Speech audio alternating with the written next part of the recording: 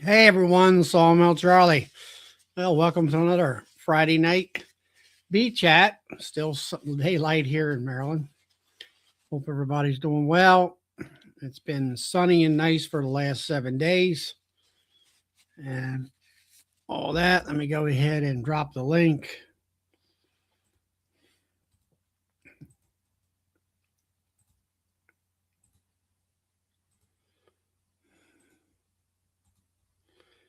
And it's pinned.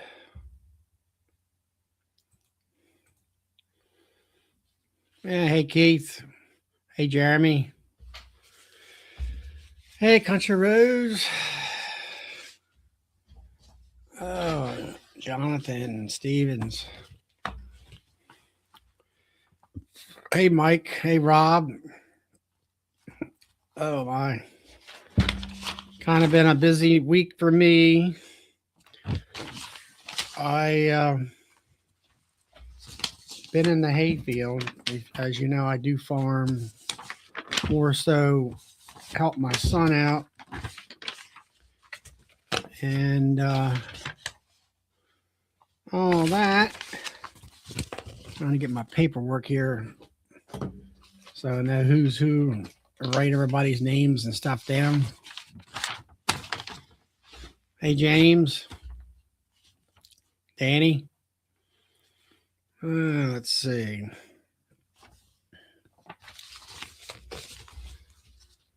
Got a couple of you. Anybody wants to come in? You can click the notification or the link there. I got to run into the YouTube side for me right quick.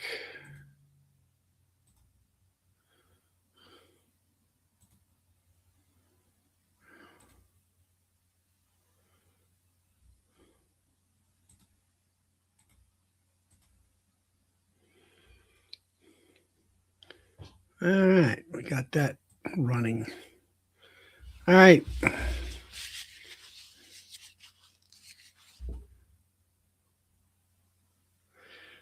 Yeah, Country Road, we got all of well, pretty much all of our first cutting done here as far as the hay goes. Um,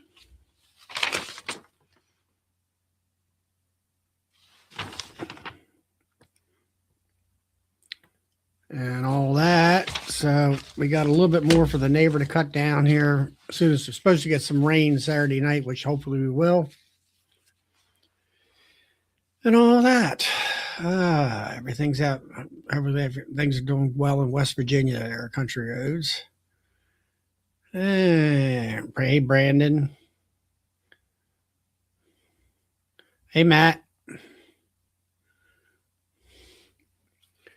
So, not a whole lot for me in the bee yard. I haven't been able to get in there for about a week and a half or so. Hey, Brian. And, but I did have the last cell builder I did. I had grafted 20 cells. I only had one cell make it. Everything, it wasn't torn down. They never built out the cocoons on the cups. And I think I got a rogue virgin queen or a mated queen that flew in there and took residence up. I have to find that out tomorrow if everything goes well. And then prior to that, I had grafted 15 cells, 16 cells, one miss. Hey, Billy Lee. And what was interesting is the cups. Normally, they're not full, complete with jelly up in there after the cocoons have been capped over. And I think Duck River, he stated on a video here recently, a couple weeks ago. I've heard it in other places where if you see that possibly the larvae has was shaken or whatever, dropped out of that cup when it was being fed, and it's down in the tip of that cocoon, more or less dead because it can't go back up there and eat. So I opened up one, and yes, the little larvae or worm was down in the tip, but talking to Eddie from down in Louisiana, he said, go ahead and put them in the mating boxes. So I think I had about 12 of them, and I did put them in the 2-frame mating box. And sure enough, I went out there sometime last week after we got in from the hay fields, and then we had about an hour's worth of daylight, maybe or less. And I started. I found 2 duds, and I found 4 or 5 that the cells had hatched out properly with the open tip, and I did find some virgins. So when it comes to that scenario about having jelly, and they saying they've dropped down or they're no good, they are possibly wrong. So from now on, I will put those. If they're a cap cell, they'll go into my mating boxes. Right now, I got about 22 or so queens in different stages. I'm gonna say quite a few of them probably are started to have gotten mated by now since we've had good weather for flight. And I've got these virgins that just hatched out, so it'll take them a week before they'll go out and get mated and all that. Hey, Eric from Colorado. And so that's sort of the queen update in my yard. The honey flow, I don't know. I haven't been. That's another thing I'm going to be doing tomorrow is checking supers. I added supers a week and a half ago, at least 4 boxes to different hives that needed them, that were drawing comb. And then I had some of the other hives that I put boxes of foundation up top so they would draw. Some of them where I had used some of the Demery brood that was upstairs. I went ahead and filled those 2-frame mating boxes with that from those hives, and filled the open spaces with just foundation. Hopefully they'll draw some wax out and fill it well up with honey and all that. So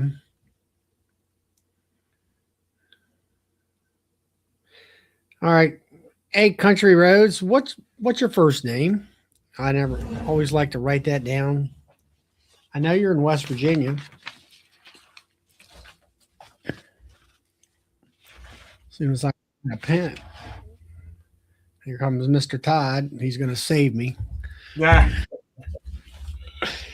I would have got on last night, but we've been hitting the hay fields late every night of the week. Yeah.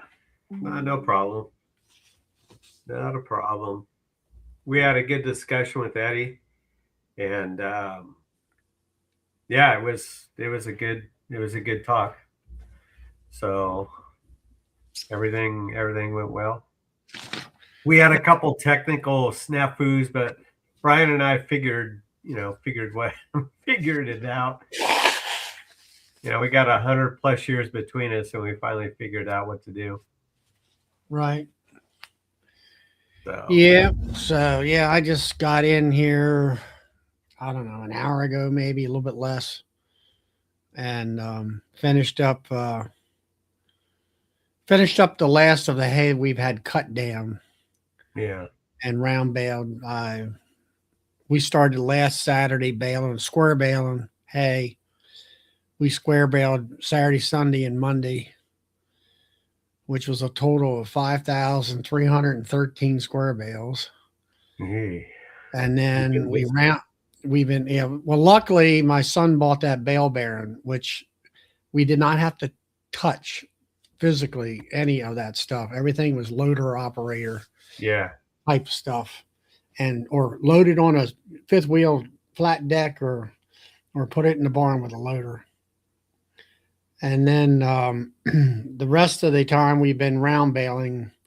I have been round baling. We had some issues with the baler, and then I got on the book, and yesterday there was a problem with so you could hear the slip clutch slip on them. Like, what, there wasn't any weight there for it to slip. Mm, So I seen it. I read about it in the manual and checked it, and sure enough, it was way out of adjustment.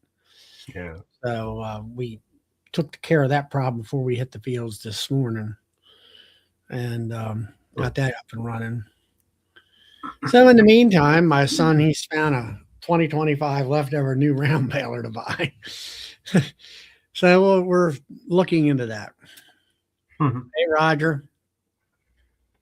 Well, it sounds like you haven't had too much bee work to do because of the weather. Yeah, it's like I say, I put supers on, I don't know, a week and a half ago that the hives that needed it, and figuring that I would not be able to get into them at all. And I really like to get into this here cell builder and see whether there's a queen in there. Most likely Yeah. is. And if it is, and she's mated and she's laid up a bunch of stuff, I'll pull all those because I know all the brood in there is completely hatched out. It needs to be refreshed a week or more ago. Yeah. And having the issue there is having enough brood from my other hives in order to steal from them in order to keep going. But then I'm running out of. I still have some mating boxes open, but you still need more brood to fill them up. Resources is when you get that many. Yeah. I got about, I don't know, I counted roughly like 22, 24 mating boxes full of queens. So, and I got enough there to requeen. People have been calling me about mated queens. I'm like, no, I ain't got any. I got queens for myself. I got 18 hives that I need to requeen this coming late this. Hey, Jeremy. Hey, hopefully my kiddos don't get too wild for me. But That's all right. How's everything out in Texas? different this year. It's not I'm growing in numbers, but honey flow this year it started off okay, and then it's just kind of just pittered out. But we're about to have the second mesquite bloom, so I've got drawn supers everywhere, just praying that they get filled up. But I think everybody's going to have that problem. We had frost here on the East Coast, and it not so much where I live, but maybe 50 miles, 60 miles north of me in Pennsylvania. They had the locust trees and the poplar trees, the blooms were frosted. And I don't think they're going to have, a big honey crop, everybody's honey crop. I know that Jacob there from Country Roads, he's in West Virginia. He had the same problem, I believe, also. And it's been cold. yeah, it's great to hear because we've been getting a ton of rain and we've got flowers everywhere. Yeah. And I normally run single brood chamber, but I'm getting pollen bound. I mean, between brood frames and pollen frames, it's been I've had a couple swarms, and then it's just been wild out here. I've done about 25 bee removals this year, and I've passed on about 70 of them. I've been getting calls like crazy, but another thing about me is I have 13 bee yards. I've got them from 20 minutes north of town to 25 minutes southwest of town and 10 minutes east of town. So luckily, I am going to try to harvest some honey next weekend, but for the most part, it's been very scarce out here. Well, so how you been? I mean, I know that you got out of the bee business there for about a year or two, and then now you got, I think, a new wife. Yes. Traded the old model in. Yeah, got to upgrade. No, it's been great, but I have my I have my boys 50-50 now, and so when I have them, I can't do any bee work. And the 50-50 that we have, is I get them Tuesdays, Thursdays, and every first, third, and fifth weekend. So like I had them last weekend, but then I have them this weekend again. And then I keep them until, I have them today, and I'll keep them until Monday morning to drop them off at daycare and then get them again too. So pretty much Mondays and Wednesday evenings after my day job is the only time I work bees from 4 o'clock until 10 o'clock at night. I work in the garage or whatever. And then when I have a free weekend, if my wife's off, I try to spend time with her. But if not, then I'm working bees all day long too. And, It looks like your wife, she seems to be helping you out quite a bit from from different. Yeah. Well, she works a lot, and she has a little cookie business too. So we have 7 kids as a blended family. It's my 16-year-old just graduated a year early, and have a graduation party this weekend. It's been a wild. Now I'm up to around 70 colonies, but even at that, it's been reinvent this year, especially this year. I finally got insurance, have an LLC, trying to do everything the right way, upgrade my equipment with any money that I get, and trying to go. Last year, I pretty much only went like 20 to 25% reinvested back to the company, and this year I'm trying to do about 90%. So trying to get there. It's just I need some dang honey because I went to I harvested about 400 pounds about a month and a half ago maybe, and I have like 6 pounds left, and that's it. Wow. When I go to the farmers market and I sell about 60 to 100 pounds, and that's $1,000 I make in 4 hours, and I haven't been to the farmers market since because I had to restock all the stores that were waiting for me, and then have a little bit to get along. So I haven't been to the farmers market in the past 2 or 3 weeks, and I need to go. Everybody's asking. Yeah, it's something that I don't do is farmer markets. I don't have the time, but lucky here at my business, I sell up I average about 100 pounds a month, which is good enough for me. Right. But I don't know whether I'm going to have 12 to 1500 pounds of honey for the year or not. We'll see. Yeah.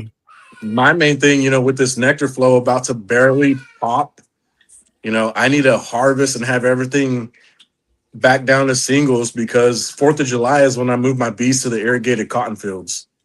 Mhm. And it's like I've got 3 weeks pretty much to have the bees store honey, extract it, move all bees. Because like I said, I have 13 bee yards. So people pay me to put bees on their property to save on their taxes. So that's another source of income. But the thing is, is now I have 13 different places to go to get bees, haul them 20 minutes east of town, and get them ready for, cotton Now, season. let's see. I think you have a flatbed truck now, don't you? No, I used to. Now I don't. Now I have. I get to use my work truck, my day truck, and they say keep it as your own. So they've been paying the gas, luckily. So the only bad thing is, it has a rat pack in it, and I can't even fit a lot of stuff in there to begin with. Well, are you still Mr. Strong Arm lifting in hives? So I went to 2-way pallets with the dolly and a trailer. But yes, honey supers. I mean, even if they're 5 high, I run all deep. So Ooh, I'm still. ouch. Wow. Yeah, and did you get an upgraded extractor? So I've had a 20 frame deep extractor, but I've been borrowing that from a friend. So my next buy is going to be a clarifying tank, honey pump, and like a 30. I think it's like a 32 frame extractor. Mm-hmm. That's the go. That's the go at least. Right. But Yeah, my main thing is, my recent ex, she sees all my success on Facebook and everything. And since I'm doing it the right way and I do my taxes, I definitely need it to be like, might as well reinvest and get to where in the next couple of years when I'm making good money, at least it'll be consistent. So when I pay child support on that, I'm already set up. Right now, I need to be as close to even or negative. I mean, I pay $4,000 a month. I'm not trying to dodge it, but I pay $4,000 a month already in child support. So I'm trying to reinvest into the business so it'll be successful down the line. well, that's the thing. It's like my son buying this hay equipment stuff. All the stuff that we had given him was 20 plus years old, and not it was wore out. I mean, it was just 20 years old, and technology has changed. And like you're saying, he's, people say, well, you spent all this money. I said, yeah, but the thing of it is when he gets it paid for, then he's got more or less state of the art equipment. Yeah, exactly. And then that's when a much more profitable business will come in. But he's also, like you're doing, taking it off his taxes and stuff like that, investment credits. Yeah, and stuff. that I've been buying, boxes like crazy, found it, everything new. I've been trying to get nice new boxes. Just bought like 60 migratory lids. I'm trying to get to where everything's kind of up to date, where I'm not having to patch stuff or fix this, fix that. I want it to be, it's especially because it's me by myself. I try to pay my sons to help me and can't even get them to do that. No.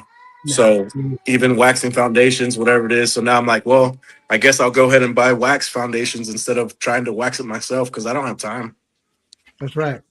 Well, it's like Brian from Flower Street and all them. I think people go through the same scenario when you first start out beekeeping. Oh, I can make my own boxes. Mhm. I can take and assemble my own frames. Mhm. I can do all these different things. But when you get to a point, and this is in any type of actual business, and beekeeping can, get to that as you're doing, you're getting to that point of as a business. Right. And then you look at your time. What's more, your time is more valuable. Can I go over here and drop boxes on hives and stuff like that? It'd be a more beneficial than staying at the house building frames Right. or Right. building boxes or making these, you have to have the table saws and all this extra time to do all that. People look at me because I'm in the lumber business. And I said, I buy all that stuff. And I said, I did one time where I assembled my boxes.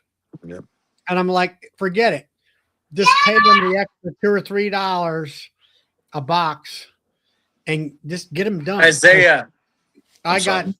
yeah, it's all right. I got too much time to be doing other things, towards the Yes. bees and stuff like that.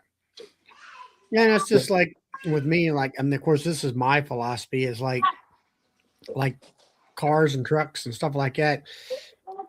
I bought used one time, and that was even from my own family membership. Hey, Clay, and it's like you're better off just buy. You got two choices: pay the bank or pay the mechanic. And I'd rather just pay the bank, Right. be done with it, Yes, sir. and all that kind of thing. So I think that you're coming into that same situation. Buy your boxes, get them done, get your frames already pre-made with foundation or whatever, and Yeah. and go on. You can be Yeah. making money doing something else besides working.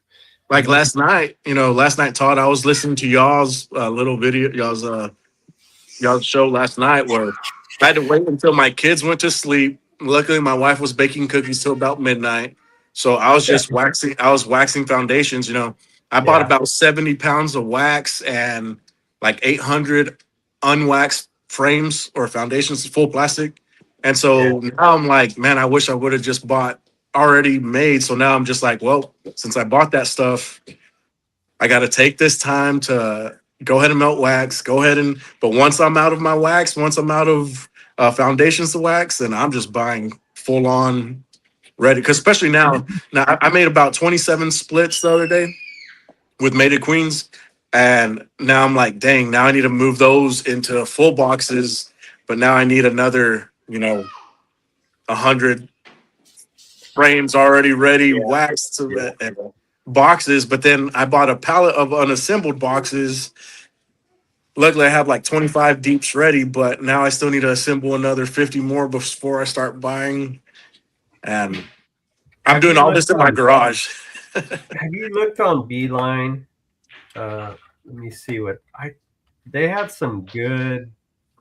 So that's something, Jeremy, that like I got a friend of mine, Will, comes on here, and it's like miticides. We normally go to Nobby because then they always have some sales and stuff going on, and we're always buying. We're buying something in January for next year. You're always you're trying, you try to find all the sales as you're going along, like your boxes and stuff like that. Hey, I can get all my boxes made and delivered, or I get a whole pile, so many thousand frames of foundation with, let's say, triple wax on it or something like that. So Double A, Jeremy. If you look at Beeline Supply, they have two places. One's in Washington, one's in Minnesota or Wisconsin, something like that. I just looked on there. Deep frames, double waxed. They're assembled with black plastic for $4.25. And man, that's going to save you a ton of time. Yeah, it's a lot up front, but it's already done, and then you just do it. That's what I ended up doing. So I'm an Acorn guy, and sorry, my kids are crying. Yeah. So I'm an Acorn guy, and what I was doing is, Deeps, full plastic, unwaxed is $1.69 Oh, per wow. per frame. Now, I buy wax. I have about $2.10 per frame in it. Well, their double wax is only $2.20 per frame shipped to my door, or $2.50 shipped to my door. So that's There what you I'm. go. It's like 40 cents more a frame. It's already ready. It's 40 cents there you're paying yourself. Oh That's yeah. That's the only difference. Just look at that as what you have to charge in labor. Plus, I write it off. Might as well get whatever I need. It's just it's I buy Acorn too. You buy all plastic frames or just all plastic. I have wood from what I have. I used, but I'm nothing but plastic now. I'm the opposite. Pull it out I of the got box away. and put it in the box. Pull it out of the cardboard box. Put it in the box, and you're done. Yeah. And the thing of it is, like depending on how much you get, if you get 6 cases or more, call them up. They'll give you a better pricing. Yeah. And all that. I'm still not convinced on plastic. I go the traditional way, wood, just the way it is. I have a couple of plastic frames, but I rotate them out whenever I come up on them. I do like the wood and the foundations, but several things, with me, the wood, whoever assembled them, when I'm prying them out, sometimes I'll pop a top bar or whatever it is, but for $4, $4.50 a frame, and I could get 2 of them, I just, they draw out these plastic ones. Faster than the same. It's going to be the same across the board, but just fine, no issues at all. And then I don't have hive beetle issues like I did in Georgia or anything like that. I have no issues or anything like that with any kind of pest. See, the only thing with plastic, and I don't know if Michael's on here or not, because then we would probably turn this into a big old discussion, is I know plastic moves, so it warps. If it gets hot enough, it's going to move. And I've had a couple. Today was 100 degrees, but it's been 115 out here a couple of summers ago. And if it's got honey on it, besides the cappings falling off because it's so hot, the top bars will dip a little bit, and I'm just like, I don't like that. So I would say with that is that, and it's Purco, the ones that I noticed. Okay, yeah. So I do Acorn, and I get 110 as well. West Texas, I'm pretty. Oh yeah, pretty you're as hot as me. Yeah, well, hotter probably. But I don't know. It's just a thing. I've seen them move, and I don't like that. Wood doesn't move for me, and that's just the way okay. I like. It's okay. Whatever you like. Yeah. It's like me. I like all medium, everything. People say, well, that's 10 extra frames in a brood box. Yeah. I'm all deeps. You're all deep. That's the good thing about it. As long as you can get yourself a hive lifter and a mechanical one, not a man. 2 years. That's the go in 2 years. I'll tell you what. I old man my operation because now I've got my supers used to be deeps, but my back is just, it can't. All the years of golf I played that punished my back, and then now lifting, honey supers that are deeps that are full of honey, it's just not going to work anymore. So I went to mediums. So I'm having a tough time drawing out mediums now, but whatever. But I have like I like to call it I old manned my operation. I guess they're a little lighter. I'll get there one day. If you haven't noticed, this is the fattest I've been in my life. And growing out my hair and stuff, I've just been happy and in love and not as good a shape as I was. So I'm like, man, I'm gonna regret it eventually. So Well, Hey, if she's up at midnight making cookies, I'm oh, pretty certain you're probably her, eating those. her So yeah, Mexican food, I mean her food, I mean, she's amazing at cooking and everything. And now the gym has been a less of a priority because it's get my kids, then it's to the B yard whenever I don't have them, and it's been a little wild. I did that. I did that for a few years. I know what you. I know. I've been there. I know what you're. I know what you're feeling. So yep. yeah, I'm it's gonna not a say hi good. to Josh there, Bees in the Weeds. Josh, you put out some really nice stuff with Kent Williams out in Kentucky. Great informative videos there with his knowledge and all. Hey, Dodd. But yeah, it depends. You know, it's whatever you like. You know, you like mediums, you like deep boxes, you like plastic, you like wood, whatever you like. Yeah. It's up to Do you. you? Whatever works for you. That's the main thing. Yeah. But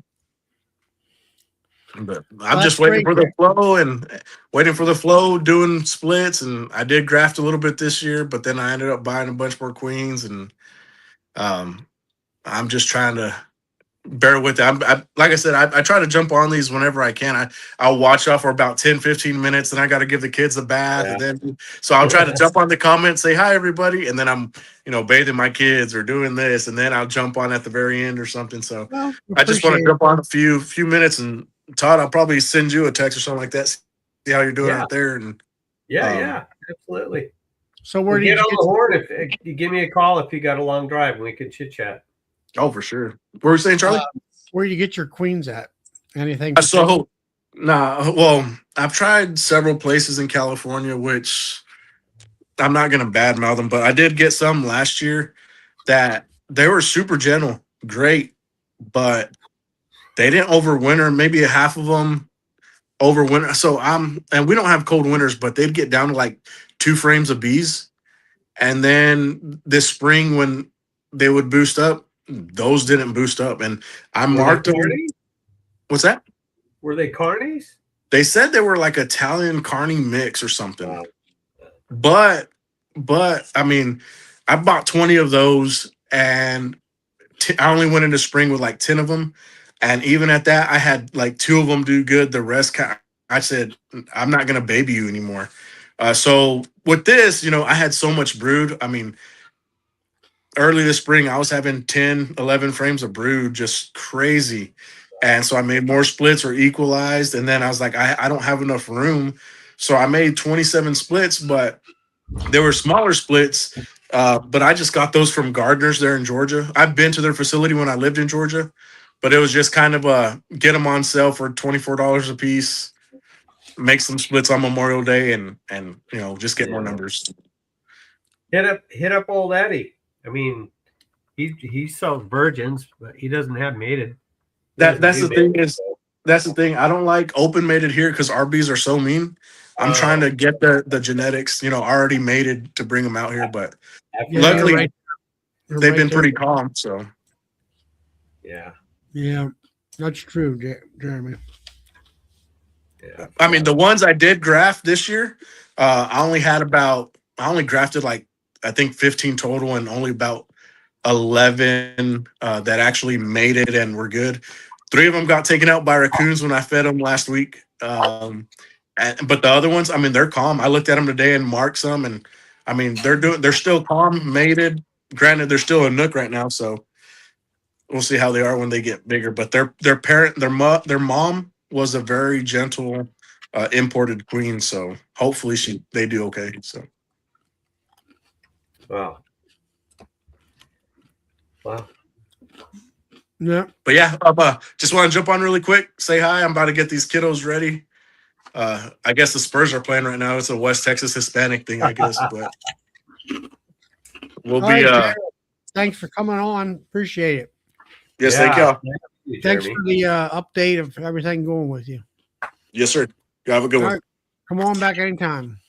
Yes, sir. Hey, Tom and Melissa, and hey there, Brad. Good to see you. Mr. Bill got in.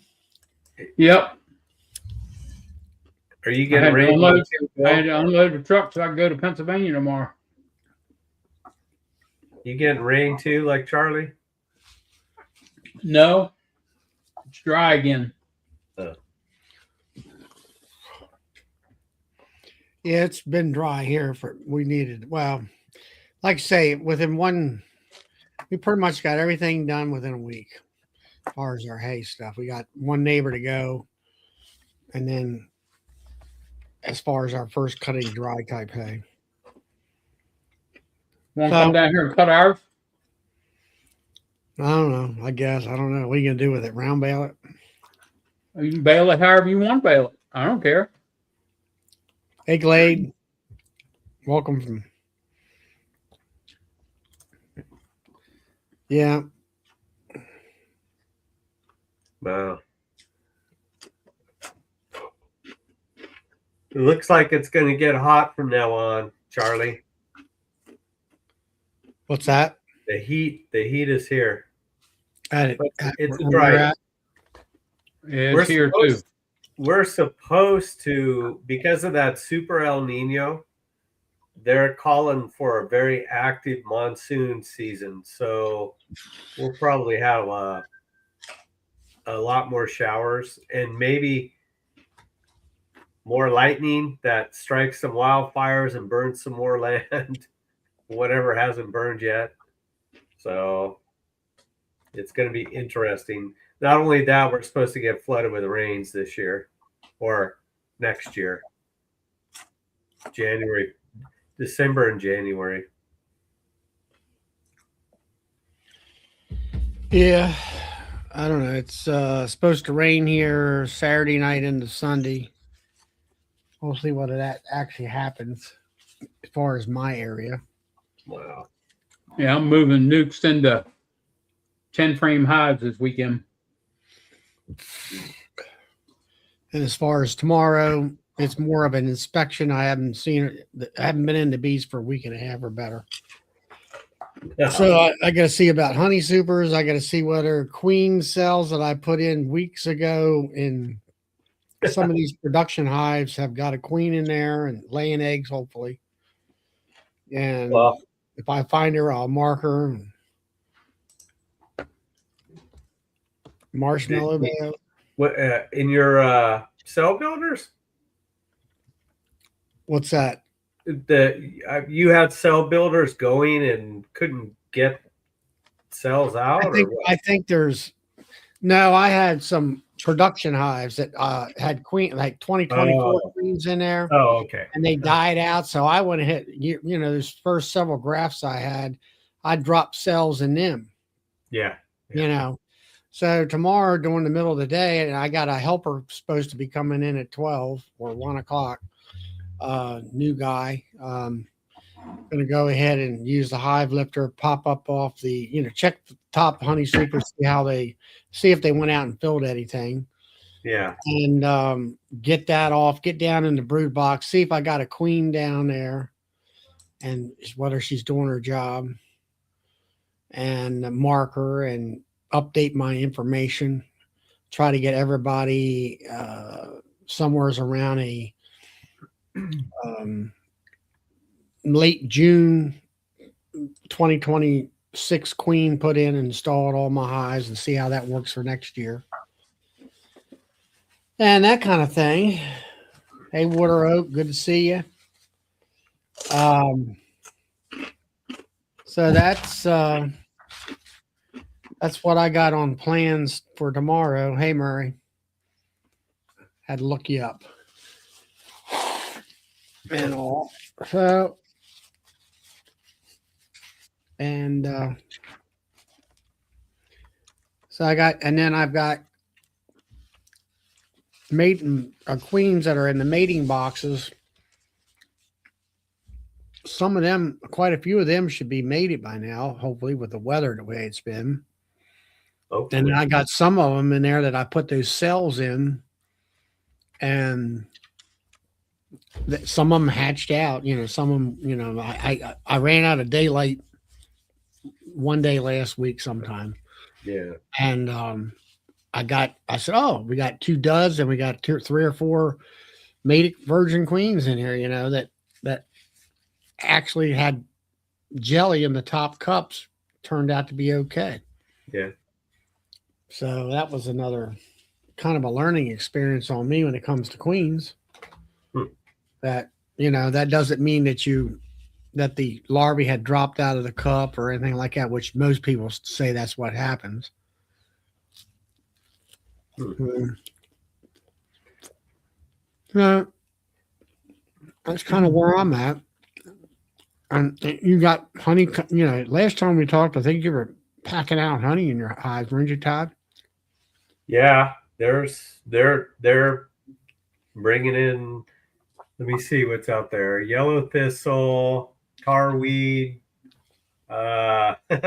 blue curl, which doesn't usually open up until late July, early August.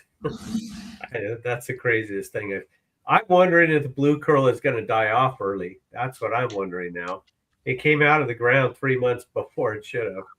But what else? That just, you know, all kinds of wildflowers around.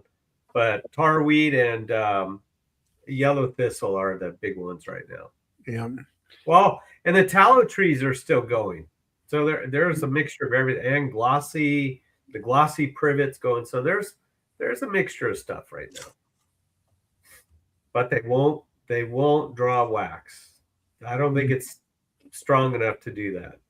Yeah, I'm not sure about the foundations and stuff that I got out there. Yeah.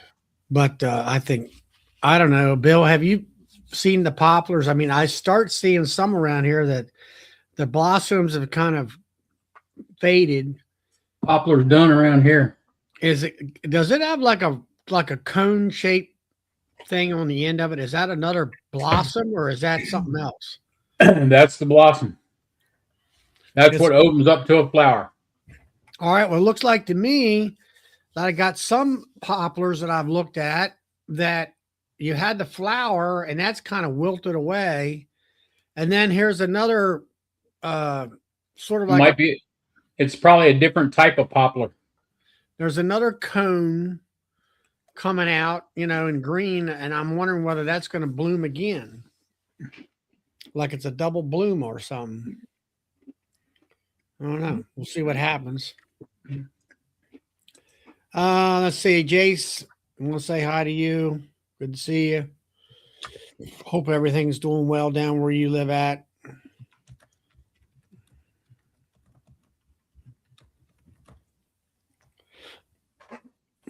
And Ann says her husband's going to be cutting the field. His goldenrod will be coming up. Yeah.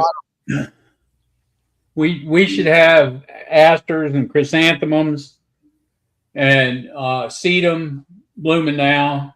Black-eyed Susans will be coming out here soon, and so will goldenrod. Was black-eyed Susan really? Is that a nectar source or a pollen source or what? That's more for the bumblebees. That's what I thought. Yeah. That's like around here, everybody talks about Dutch clover, and I'm like, well, everything I've ever seen is the darn bumblebee on there. My bees don't get on there unless it's early in the morning. And all that. Let's see.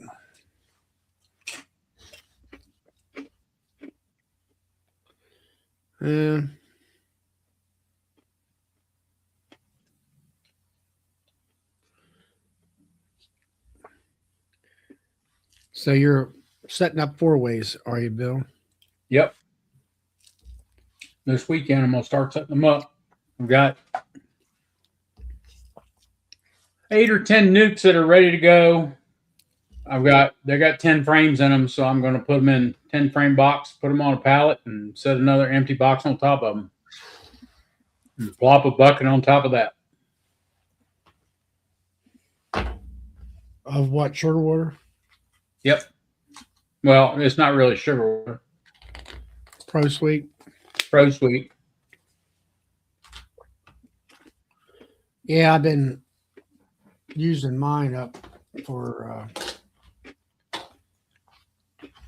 feeding the 2-frame mating nukes out there with pint jars.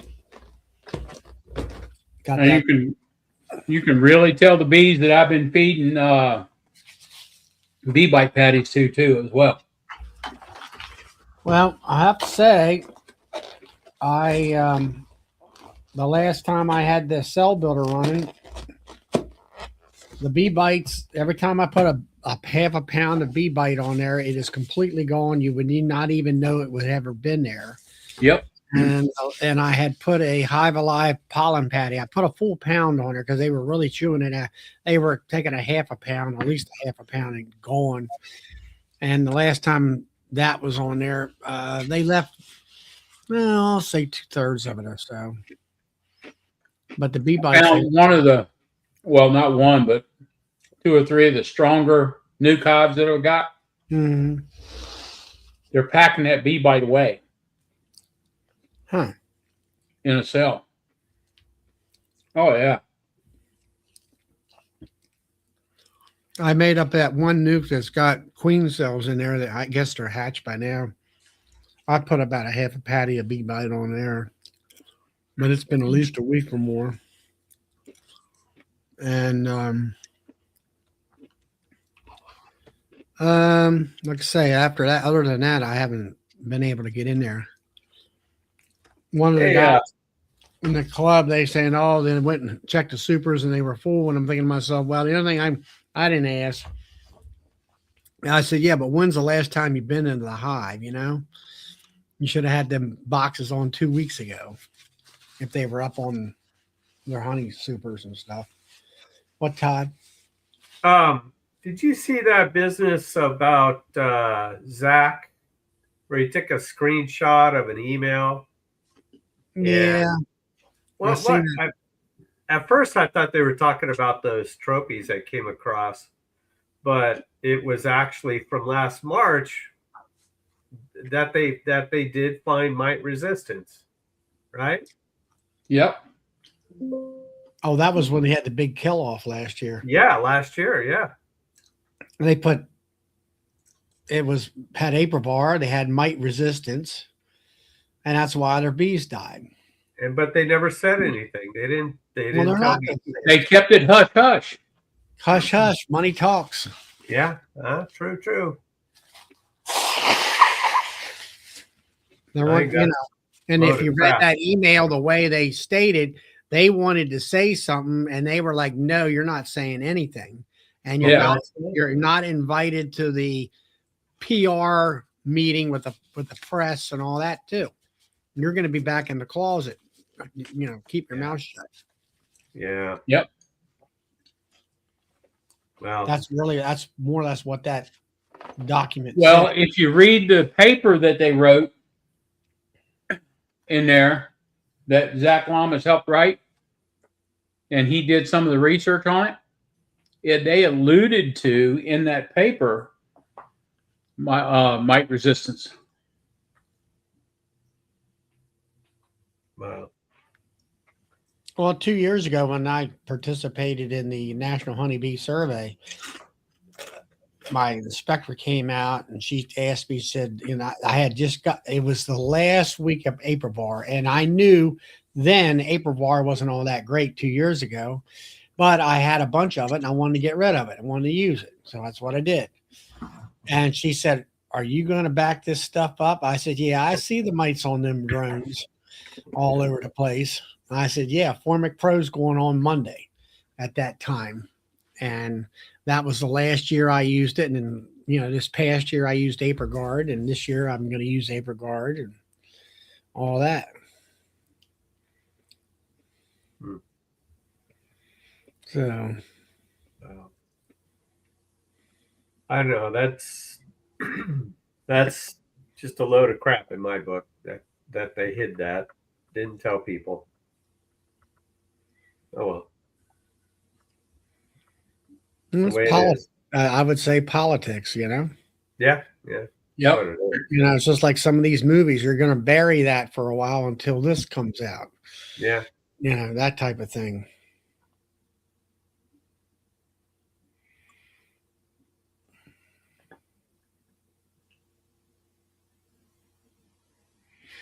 Jace, Oh. I don't know. In your area, there's probably time to catch swarms.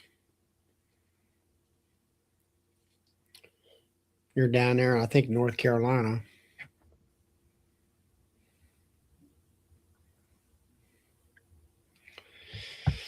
So, um,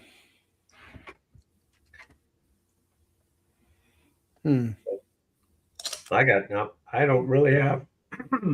My allergies are killing me. I can't talk without coughing every 5 minutes. But yeah, honey's good for that. yeah, I've got to get some of that black locust honey from someone that I usually trade with, but I don't know if that's going to happen this year. We didn't have any. Yeah, no, locust ain't all that great this year. Yeah, I've got black locusts on the farm, and not one of them bloomed. Well, we had bloom here for 14 days, but it was 60 degrees, and none of the bees wanted to fly. You know, it was cold. Yeah.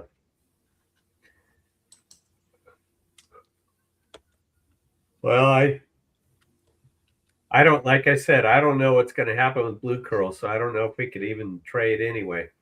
Although I have some good orange honey. Well, I don't call it orange honey anymore, but they put some peach and plum nectar in the cells before they filled it with orange, so it tastes pretty good.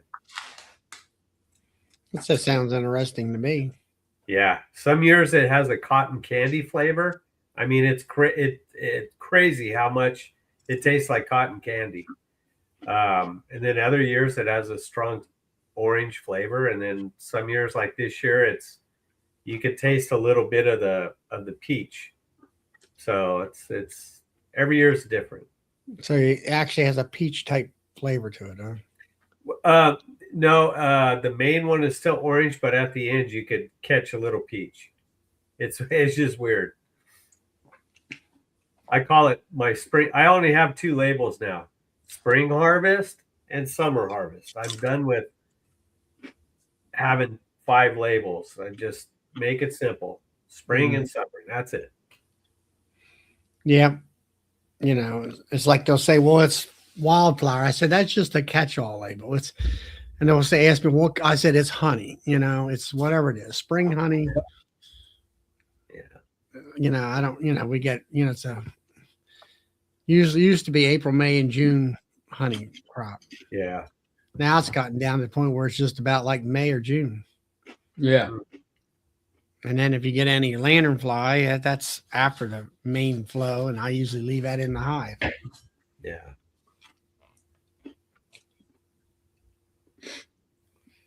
Oh. Well, But, other than that, I got nothing else going on really. It's just tomorrow morning I'm gonna like jump out there as early as I can and get back in before it heats up. So now these are the days where I go out at 6 a.m. and come back by 9 o'clock. You know, get done. it's that hot. Yeah, I mean, it's not that hot at 9 o'clock in the morning, but you know what? I don't want to mess with heat much anymore. I'm just kind of tired of it. You know, I can be out in it all day, but if I'm lifting and moving boxes and stuff like that, it's no fun. So I get what I can get done and then go hit the AC, you know. But in the mornings, it is humid here. What's it, 30%? Oh man, it's like up in the 40s, Charlie. You couldn't believe it. It's just it's unbearable. It's sometimes in the 50s. And I don't think 40 is nothing here, is it, Bill? No, it ain't. That's good weather here. That's right. It has to get up around 50 or 60. It gets Yeah, it gets up around 65, 70%, man. You got water running. Yeah, no, I lived in Missouri. It was like that. I remember that. But now I'm just pulling your legs. It's not too bad here. But I'm sick of it. So better. Yeah. I tell you, really, for us here, like this hay weather, I mean, last weekend, I was out there baling hay with a hoodie on. Hey, Yeah. It was cold. I mean, it was windy and cold, and it was so windy because we're kind of like there's like a rolling hill there, and the wind really blows across there. Where my son's raking, and the darn wind would blow the rows away, out of straightness. So I'm right behind him trying to catch the row in the machine as he's raking because of all the wind and all that kind of stuff. But I don't know. last week I was on vacation and I went over to my mom's house on the coast and I about froze my butt off. It was like, low 60s and breezy and foggy all, half the day until like 2:00. Mm. I grew up in that weather and it was fine, but I haven't lived there, gosh, since the 80s. So, I'm not used to it. And I had my hoodie on too. Yeah, block. It says turn your AC down in the cab. Yeah, I usually have to do that too. Hey, Frank. Hey. I was curious if you guys knew whether the queen is uncapped by the queen inside or is it the bees on the outside? The bees on the outside kind of work. They kind of thin that cocoon down for her. I think she actually chews herself out. Okay, because I've watched these guys and they look like they're chewing on this outside of this queen cell. Yeah, but is there a queen in there and getting ready to sting her on the side? Is it on the tip of it or on the side of it? There are a bunch of them all on the outside of this queen cell. They're like a pile right here. You can barely even see the cell because they're all around it. If they're chewing on the side of it, they're chewing it open so the queen can come sting her and kill her.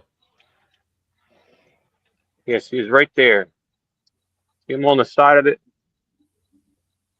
This is all around that queen cell.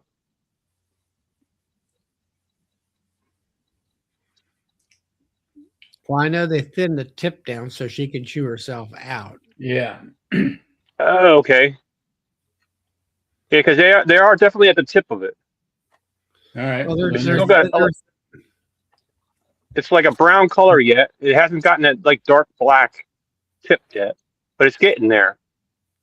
Brad says the workers remove the excess wax on the end of the cell to help the queen emerge. Yep.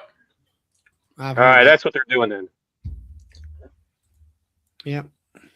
Yeah, I never watched them that closely to see this stuff. So now that I have this glass hive, I'm like, what the heck? They're chewing it. Does that mean it's bad or? Yeah. And then you also find a lot of times, a friend of mine, he did this years ago. He had an observation hive in his house, and one of the queens started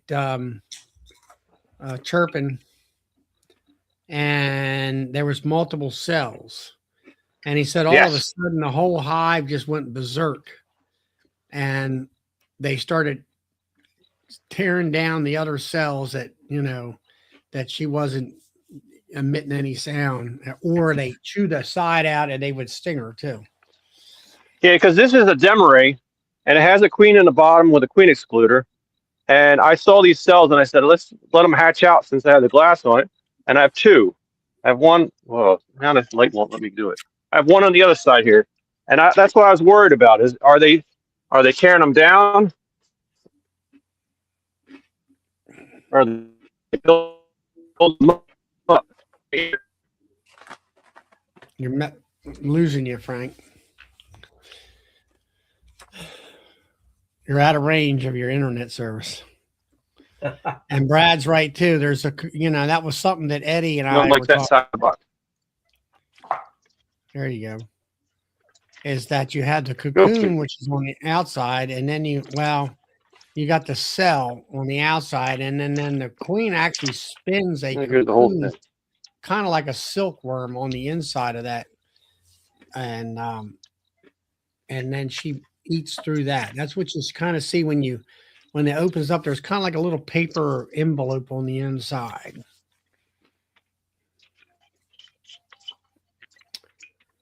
Hey, Roy. Well, Charlie, I think I'm going to bail out. I've got to make some dinner. It's that time. Yeah, yeah. Well, I barely got. I normally go to the steakhouse, which I didn't do that last week because of work, and so tonight I said I've got to go and get something else besides what I normally eat. So I went and got my steak and shrimp and all that stuff. There you go. I'm going to make steak and eggs tonight. I just feel I like usually I've been making hamburgers, cheeseburgers, eggs with cheese on them and whatever, and Mhm. been on this here carnivore diet as they call it, Yeah. and it's really working well for me as far as my diabetic. Hmm. Used to be in the mornings I would wake up, you take a test, and it was 150, 175, whatever. Wow. Now you get in there, it's 117. 117? Is that what you said? Yeah, 117. Wow. Well, that's And good.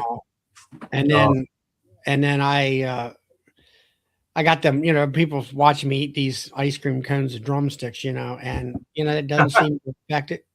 What Really? affects it seems like to me is if you eat all these carbs, and the carbs take a long period of time to digest, I guess you would call it, and that puts that sugar out into your bloodstream constantly. Mhm. Yeah. Where if you don't have that, you don't have all that sugar left in your bloodstream. So I'm hoping my A1C will, I usually get a blood test about every 3 months. Hopefully Yeah. it'll drop a half a point or a point. That would be wonderful. Yeah. So we'll see. Norman, what you said let's see. I had diabetes, changed with diet. Good on you. Yep. So that's my main thing is they've been hollering about is A1C. Yeah. And the big thing of it is for me, when it comes to quote a diet, this is not like a diet. It's like, oh, I'm going to have burgers or I'm going to have scrambled eggs. I might have some ears of corn like here lately I've been getting, and I get filled up and I feel, I'm full and feel satisfied. And that's it, whereas if you go trying to cut back, you're never full, and you just can't stay on the diet. Yeah. It's a crash waiting to happen. Yeah. Hey, Kathy. Mm. Well, I'm going to go fire up the barbecue and then warm up the skillet. I might throw some bacon on there too. I don't know. That sounds good. Bacon, eggs, and steak. There you go. You know what I've been doing lately is I take I buy a 1 pound block. I could buy a bigger block, but 1 pound works. And I have a little cheese slicer, and I slice off a couple slices of cheese. If I'm having 2 eggs, I'll slice off 2 and I'll put that on the plate. And when I'm done cooking the egg, I put it right on top of the cheese and let it sit there and melt the cheese. Oh, I've been on that kick. So Yeah, you got a nice cheese omelet. yeah. Yep. So come to St. Louis and we can grill at my house. All right, Tom. And Sounds Tom good to has me. a question. Tom said he had a question, so I think that's his. I'll take that as a question when it's actually a statement, and then I'll just say goodbye. I'll say goodbye before he starts All right. looking Good at to me see you. again. But Yeah. I will be listening just in case Tom wants to, say any remarks. So, all right. Well, I'll catch you guys later. Have a good weekend. All All right. right. See you later. Yeah, Kathy, you didn't miss a whole lot. I was just stating that I'm on a carnivore diet and my diabetes numbers have dropped from like 150 to 60 in the morning down to like 117, 120. And it's been consistent after about 2 days later after starting this diet. And that's mostly eating that during the evenings. And then I usually have I go to McDonald's on Sunday mornings, get enough burritos for lunch throughout the week. And because I don't have time to cook or whatever.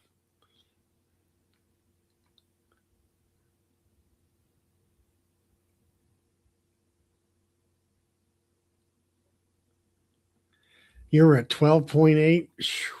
Man, I thought I was bad at 8.1. Yeah, my last A1C was 6.0. Really? Yeah. And you got in 2 years ago now, I'm now at 5.7. Well, that's absolutely normal, Kathy, Yeah, it is. and all that. Or did you do carnivore diet or something?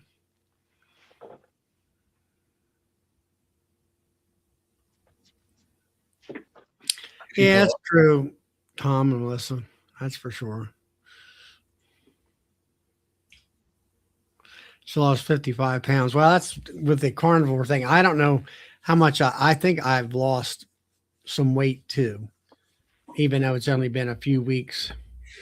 I can tell I need to drill more holes in my belt. Well, Frank, what's happening up in New Jersey? Sounds like we have the same heat that you guys have, 92 degrees today outside. Eh, No rain. And I'm waiting for a couple those queen cells to hatch, just for some excitement. But I wanted to see if I can watch them happen. But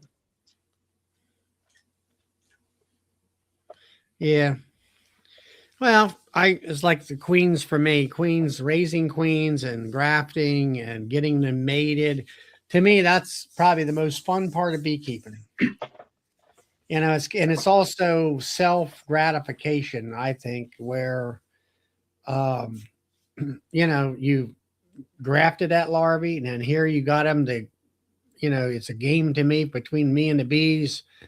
If they choose to put a cocoon around it, you're there on that. And then, hey, Norman. And then once you get to that point, you put them in a cell builder or not a cell builder, but a mating box, and they hatch out. And then, hopefully in 2 weeks, they're able to get out and come back mated and start laying eggs. And because each stage of the queen rearing, there's a percentage that you lose in most cases, because of either they get eaten by a bird if they're trying to get mated, or you have a cell that, yes, it's capped, but it's a dud. So, you didn't get to that point and things like that. And Yep. So that's what I really like about all that as far as when it comes to queens. So, Norman, what's happening up in British Columbia? Vancouver Island. Vancouver, British Columbia, right? Well, we had a couple of drips of liquid fall out of the sky today, and it was a little bit chilly today. Was it snowing? No, it was a little bit of rain. Well, that's normal out there where you're at, isn't it? We've had a pretty nice year. Honestly, we've been having like a rain system kind of roll through every week. Like, every week we're getting a bit of rain. So, the blooms are going. Yeah, good. there you go. There's Gilligan's Island. That's what we'll call you. Yeah, that's where he's at. We're going to change your name from Norman to Gilligan. Gilligan. Yeah, why not? Yeah, I'll do it. There you go.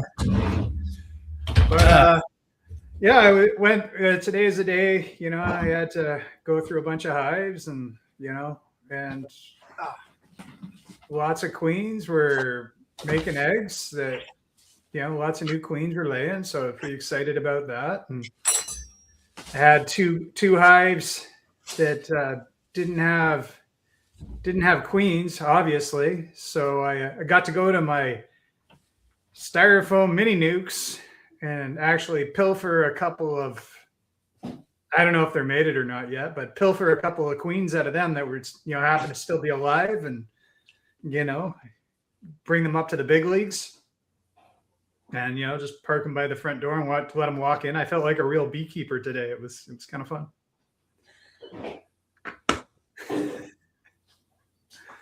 But yeah, the big thing I've been doing is, lots of woodworking, just trying to build more sidebars today, and tomorrow I'm going to be building lids, and I'm out of equipment. I need more equipment. I got 52 hives and not enough equipment to fill it. Mm. You Frank's got enough bees to fill it all?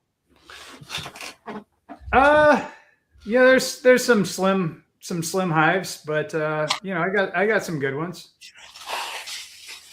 I figure in a month.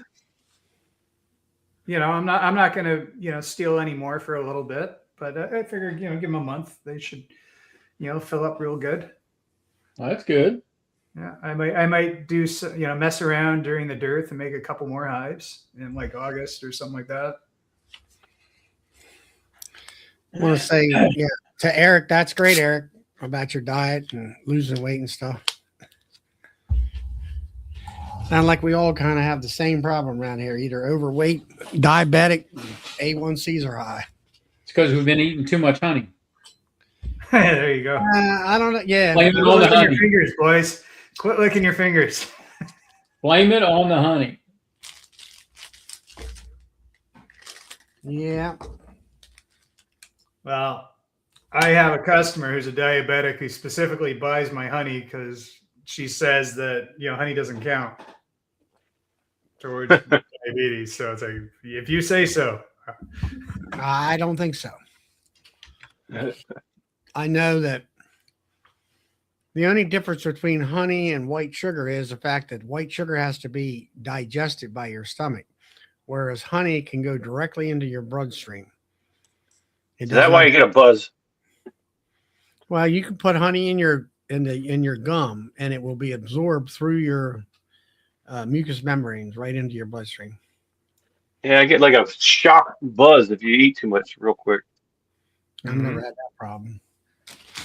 Yeah, it's like one of those supplements you take before you go to the gym. Get going. A little shot of honey.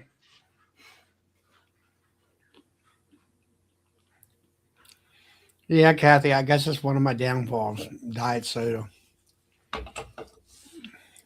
But I do a lot of water when it's hot.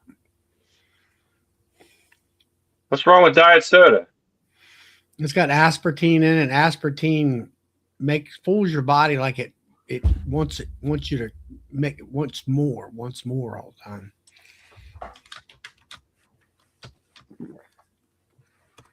Yeah, it's all that processed food. It's all addictive.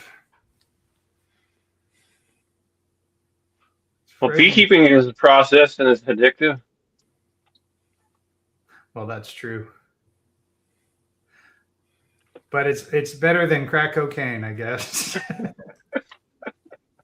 Yeah, Actually, crack cocaine might be cheaper. Hey, Carl, good to hear from you. Yeah, I know. Yeah, it's like, I don't know. I don't see Is it. this a second cone? Yeah, Oh my goodness. But you know what? My numbers won't be up in the morning for some reason. Really? Here comes the traveling beekeeper. There he goes. I think it's a stretch. It's a stretch calling me a beekeeper right now. I'm only on here because we're talking about diet instead of bees. Where are you tonight? I'm in Louisiana, making my way across. I'm running later than usual. I'm headed about halfway across the top of the state. At least it ain't raining, right? No kidding, man. That's 2 weeks ago. That was crazy. Roy, he switched out of soda to bourbon. He's being extra healthy. I went through a rainstorm about like that a couple hours ago, but it didn't last long, thank goodness. Yeah, I've been listening since the beginning of the show, and Jeremy pretty much summed up my story too. It's too dry early on, and then the rain finally came. The flowers have been gone, so I don't think I'm gonna get any honey this year. Is it because of the drought conditions out there, Philip? I think it was drought early, yeah. And also, I think my plan to split and re-clean everything, my colonies are too small to really take advantage of anything. I know I went out to Crossroads oh, it's been about a week or 10 days ago, and I got encouraged. I opened the first box up that I had combined back together, and they were white wax, and they were storing that good privet honey. I could smell it, and then the next one over had a little bit, and then all of a sudden they were hardly anything. And I went out there, what was it, yesterday, because I was selling a dip to a guy, and I popped a few lids, and they had eaten every bit of honey that they had stored. Didn't put anything in there. And the privet's starting to, it's about wrapped up. It might have a few more days. But, and I don't know if anything's going behind it. There's some milkweed out there, but it's not very much. So, yeah, it's pretty good. I've been avoiding getting on all the shows because I've just been depressed. I've been hardly watching any beekeeping videos. When you're having a bad year, it makes it harder to watch other people succeed. It's just jealousy, but oh well. Mm-hmm. Yeah, I mean, us beekeepers, we only tell you the good stories anyways, so we appear to be doing better than we are. Exactly. Well, I think I saw where I watched that Jerome guy in Oklahoma. I think he's having a similar type year too. But he's good about it. He's putting out a video every week, so he's telling you like it is. So it's very similar to his experience. You mentioned sorry, go on, Charlie. When Jerome, I'm surprised when he shoots his videos how green it is in Oklahoma. I always thought Oklahoma was kind of like a desert state. You talking about in Oklahoma? Yeah. He's pretty similar to ours. He gets a little colder, and the weather up there can be really extreme. Something about that area, and tornadoes. They can have like heat waves and really bad thunderstorms and hail. It seems to be much worse up there than it is down where I am. Get our share of it, but they seem to get a lot worse. Well, Glade here, he's out in Utah, and he hasn't said much, but it's been a horrible year out there where he's at as far as honey goes.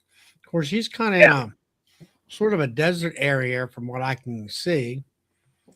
I know that Brian, Flower Street out there in Colorado, he's sort of in a desert area too, but it seems like he's actually gets honey from somewhere. Well, even last year, my out yards didn't make much honey, but my yard at Cobell made a pretty good bit of honey for me. It made of the 1,300 pounds, my little, my 10 hives so at home there made 800 pounds. Now, that was fall and spring combined. They made like 300 in the spring and like 500 in the fall. But I don't have bees at home anymore. Except I guess I have one now because I brought some nukes home too. And one of them I just beefed up and put into a full box and threw a honey super on top. I don't expect it to make anything. It's too late for that. Well, Glade said he's got the same problem everybody else has seemed like across the country. He had 2 hard frosts, wiped out everything. Yeah, I don't have that excuse. Ours was just super dry in the spring when the flowers were coming. Bloom was really low because of it.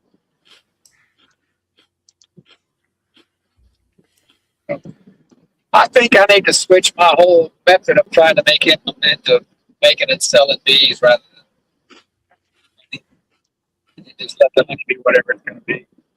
And also, I need to get more contracts, more pollination contracts, tax exemption. That's going to be key. The only problem with those we're going to work on now coming up next. We're actually going to join the local agrarian society just to talk to the local farmers and see if anybody will pay us for pollination services next year. What kind of I think I need to get out, I think I need to go to the local bee meetings and meet more people locally to really be able to extend into that kind of stuff. Maybe catch somebody that has a bunch of it, wants to retire, things like that.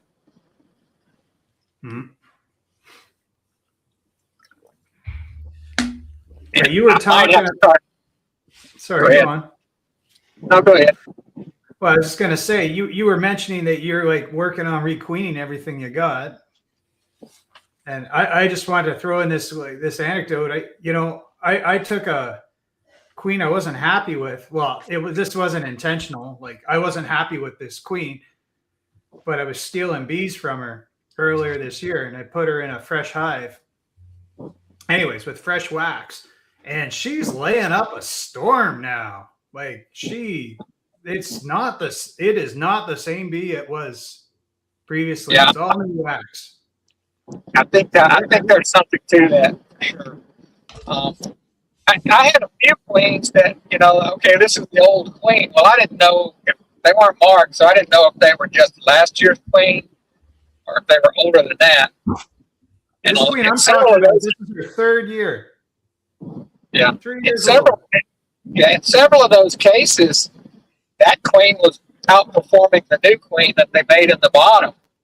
Huh? And that matter of fact, the queen that's at my house right now, she was outperforming the queen in the bottom, even though I had stolen probably 4 full frames of brood from her over about a month's time. So I said, you know what? I'm taking her home in a nuke and seeing what she'll do. And sure enough, she blew that nuke out. I moved it into a 10 frame today and stole some brood off of a 2-year-old queen. It was a green queen.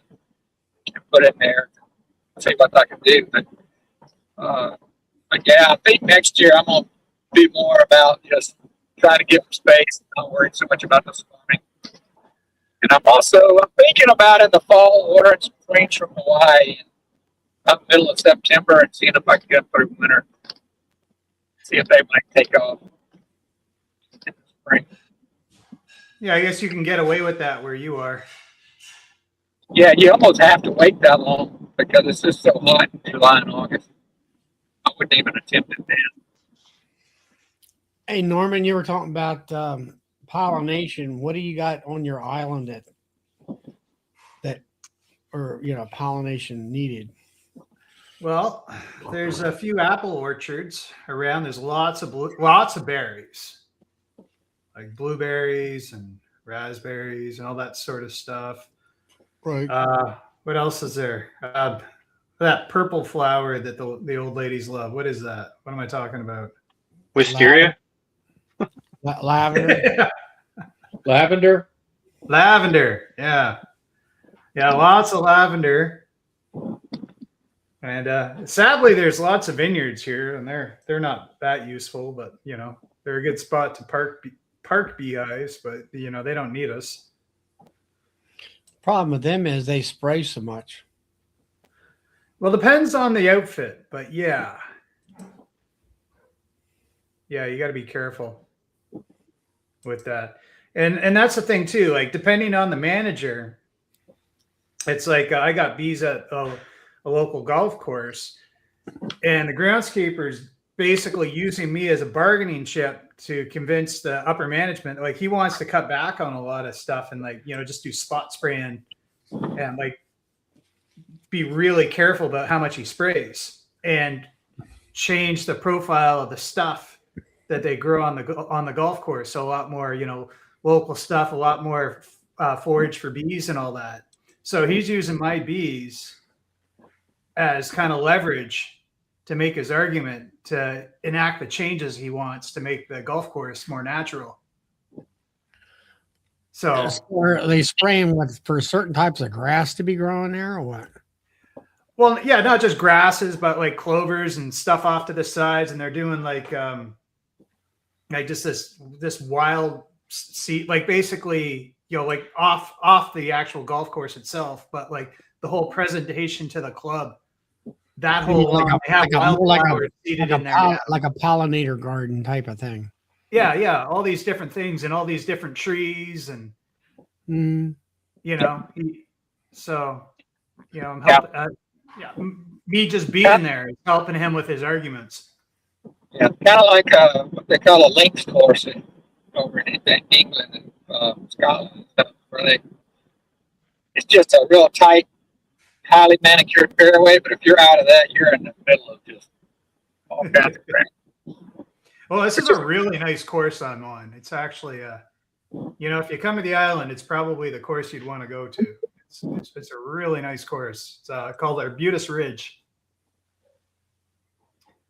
But, I don't know.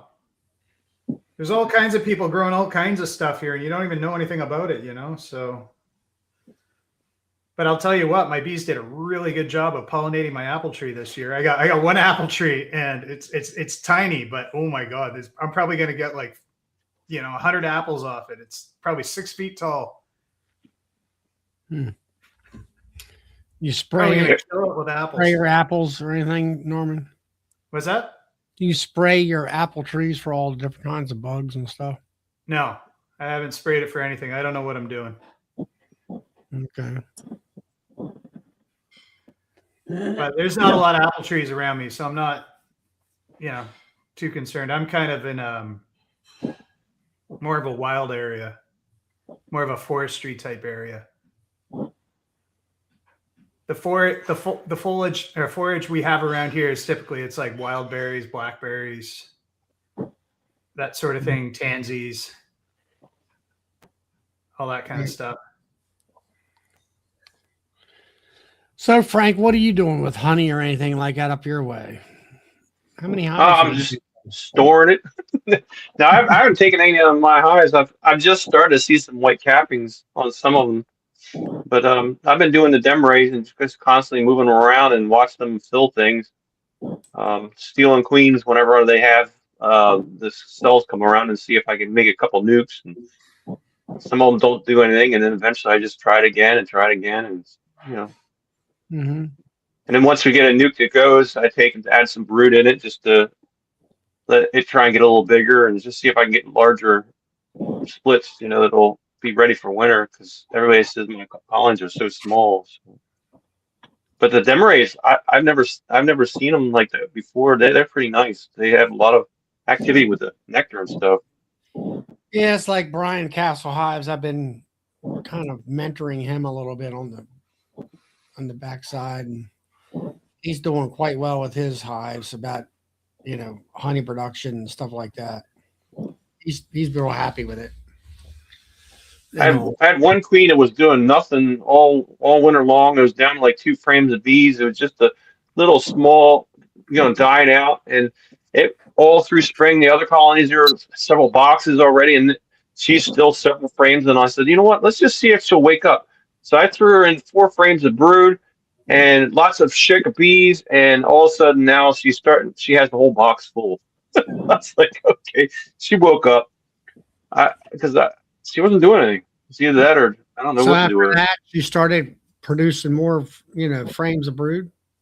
Yeah, she's got the whole box full now. So whole 10 frames. I put another deep on top, and still she'll keep going. But before that, she was out of winter. She wasn't doing nothing, just sitting there and not. Like, I guess they didn't have enough foragers to get out to even do anything. They just sit there. Other ones would be flying, and they're just gone. Like, they don't put enough bees out because they don't have enough to do, I guess. Well, if she didn't have enough workforce to cover the brood, she's only going to lay as many worker bees that can keep that brood area warm. So when you gave her those extra bees, that extra power, bee power, and then she was able to kick it in gear and go. So it just showed to me that, it's not always the queen. I guess, like you said, bee power is the thing. So when I see these colonies struggle and they're small, I'm like, well, maybe that's what it is. They just don't have the energy because they don't have enough bees. So interesting. It's my 7th year, so I don't know. Still amazed, I finally broke through the reasoning of, I always thought you could do whatever you want, anytime you want. And I'm finally realizing, that there's nothing you can do certain things, but you just can't change, the weather and what they do. You can't raise queens in the middle of the winter. And it's so neat. You try things to see if you can prove, something different, get them to do something beyond what you guys say. And it's not working. So, yeah, I mean it's knowing the bee biology basically. I came in here thinking that if I got a greenhouse, I could have bees brooding up all winter long. But watching you guys do things over in Canada and winterizing them, and different other people having indoor colonies to go out through the windows and they stay inside the house all year round, it's like. Not what I thought it would be. I thought it'd be like a cat. You can do whatever you want. No.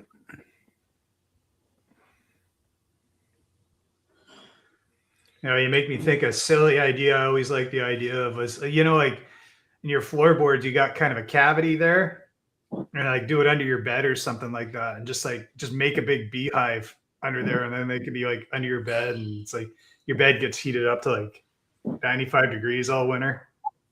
Yeah, I was going to go to the other extreme. I was going to do every one of my exterior walls have another colony vertically filled to every bay, and that way I don't have to pay for heat all winter long. But I changed my mind now because I don't think they put it out the heat that I thought they did. I think the heat is right in that cluster, and once you get past the outer bees, I think it just dissipates into their space, and if it's big enough, it's all gone. That box ain't getting that much hotter. It's maybe a degree or two. That's it. It's not like 95 in the whole box. It's just right there, and the rest is all lost. Yeah, they're really clever at moving air around and like keeping their heat in. Yep, that's for sure. Yeah, because I've seen them all winter. They're supposed to do it, but I open them up in the winter months, and I see their little ball, and then I move the fondant from wherever there was to right on top of them, and they can eat it. But if it's just a couple inches away, they can't get to it, and they won't move to it, and it's like they're like handicapped. Yeah, it's like you can crack the lid on like a smaller hive, and like if your face is close enough, and then you can kind of feel the wind that they're kicking up. Like if it's a real still day, you feel the wind that they're kicking up, and sometimes it's cold. So they're actually putting cold air into your face. And you think, aren't you guys all supposed to be like 90 degrees? And it's like, no, they're keeping that for themselves. They're kicking out the cold air. Yeah. Here in Texas, one of the coolest things I get to see every now and again is I use intercovers. And sometimes you'll pop the lid up and you'll see a line of bees, single file, from the little hole in the middle all the way out to the little escape. They'll be lined up, fanning their wings, one after the other, to move that air out of that hive through that hole. It's like a little fireman's line of bees, fanning their wings all. It's really cool to see. Yeah, they're pretty smart for critters that have like 3 brain cells or whatever they have. How many brain cells does a bee have? One of you guys has to know. Oh, we don't know. We need a master beekeeper to tell us how many brain cells. I have no idea. They don't even We're know. all practical. They act like union workers. There's more workers than there's actually getting stuff done, in my opinion. I open them up and they surprise you when they actually finish the project. Yeah, I'm like that. You open them up and there's like a bunch of bees just wandering all around. It's like they ain't doing squat. They're just walking back and forth. It's like that's how I feel when I look at the honey super. I go, oh, there are bees up here. Good. Maybe there's honey. And I have no honey at all. I'm like, y'all are just up here screwing around. There's no reason. It's all clean. No reason to be up here. You need to get your ass out there and gather something. I don't care if it's water. Probably chasing hive beetles, though, I guess. Yeah, it might be what they're doing is doing 90% of the work. That might be what they're doing is just keeping the frames clean. That's probably all it is.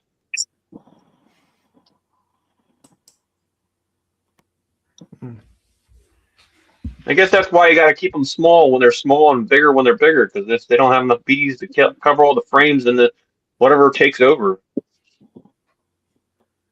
Yeah, they're sure easier when they're bigger. They're scarier, but they're easier.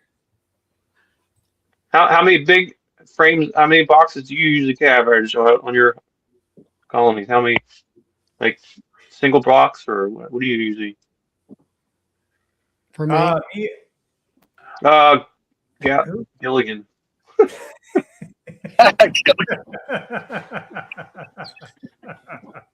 Little buddy. Yeah, thanks, big guy.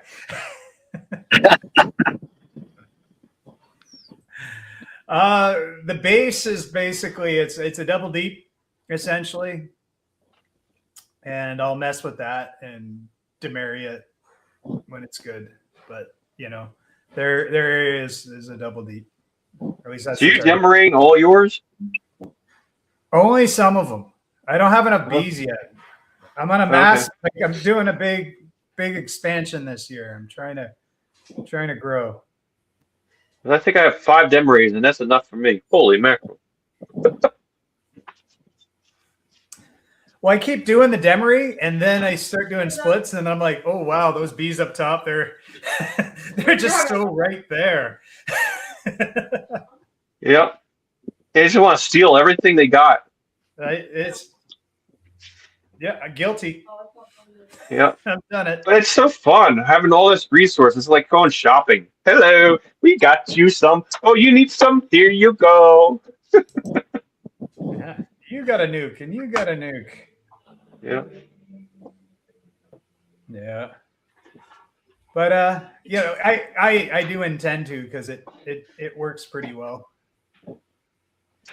I'm just worried you guys are telling me the queen wears out fast. So now I'm like, all right, maybe I keep one of these other small colonies ready to pop back in right before winter, and Well, just switch them out.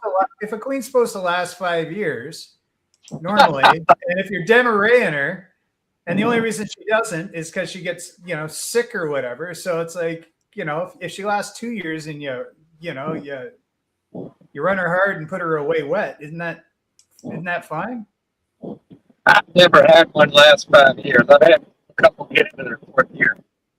They weren't worth anything when they got there.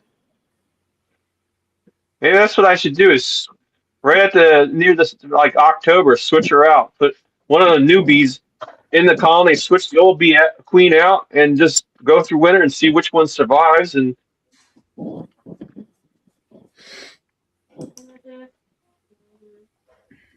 I got a feeling if you put aside some really nice fresh wax and give it to them in the spring, I bet you that'll do a lot. yeah, I'm just doing all my drawn comb, and they're going gun ho crazy with it. They're filling it all up. They're laying in it. It's black. Some of it's very, very few of them are fresh. They're mostly black, dark stuff from like a year or two with brood in it.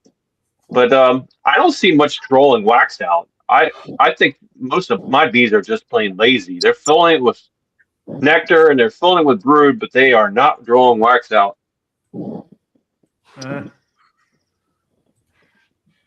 Well,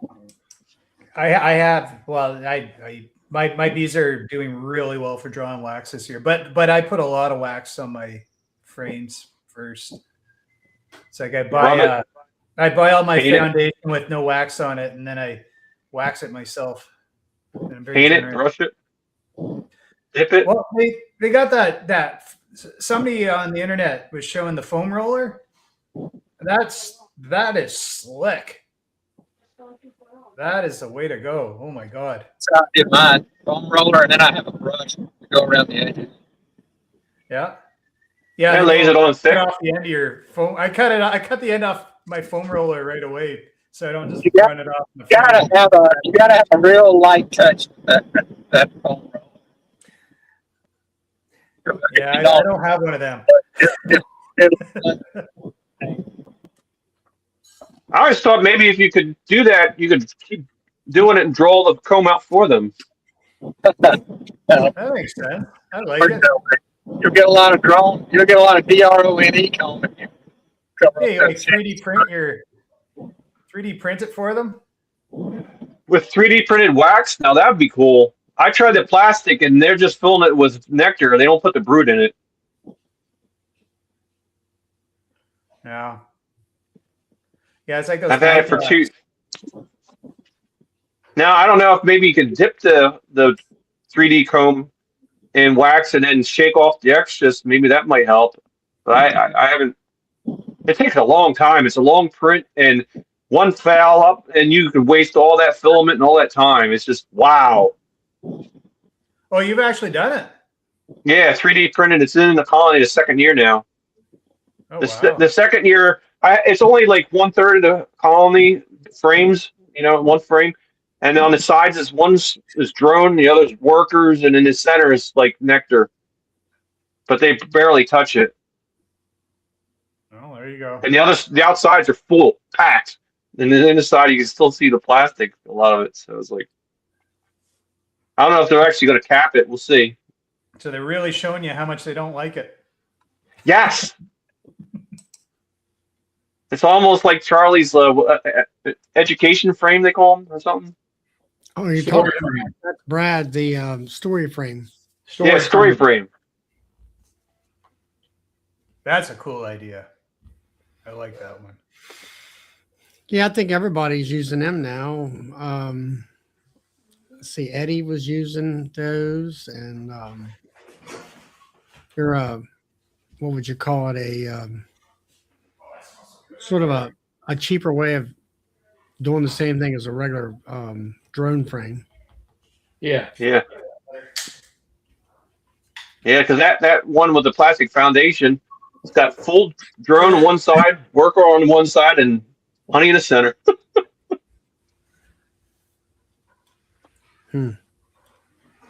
That's usually it's drone worker drone, you know. Yeah. Yep, works out well. Hey, Michael.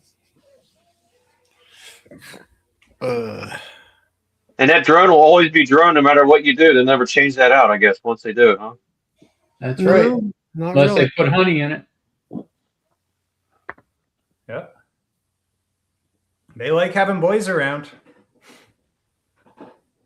I use a lot of foundationless, so I end up with a lot of drone. But what I'll do is in the spring, I'll fill it out with my finger and let them try again. If it's a really strong colony, though, they're just going to make more drone. If it's a duke or a swarm, they'll draw it out with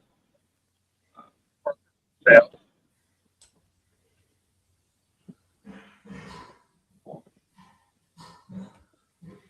So you're saying you got to have a nuke or a swarm or a young colony in order to get nice comb drawn, basically, is the kick.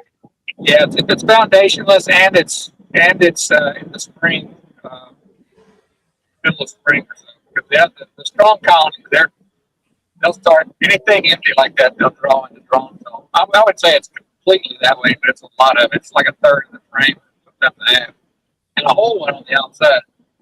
So draw and comb is another one of these things. It's a timing thing. You can't really do draw and comb all year round. You can't do it in October or you can't do it in the fall.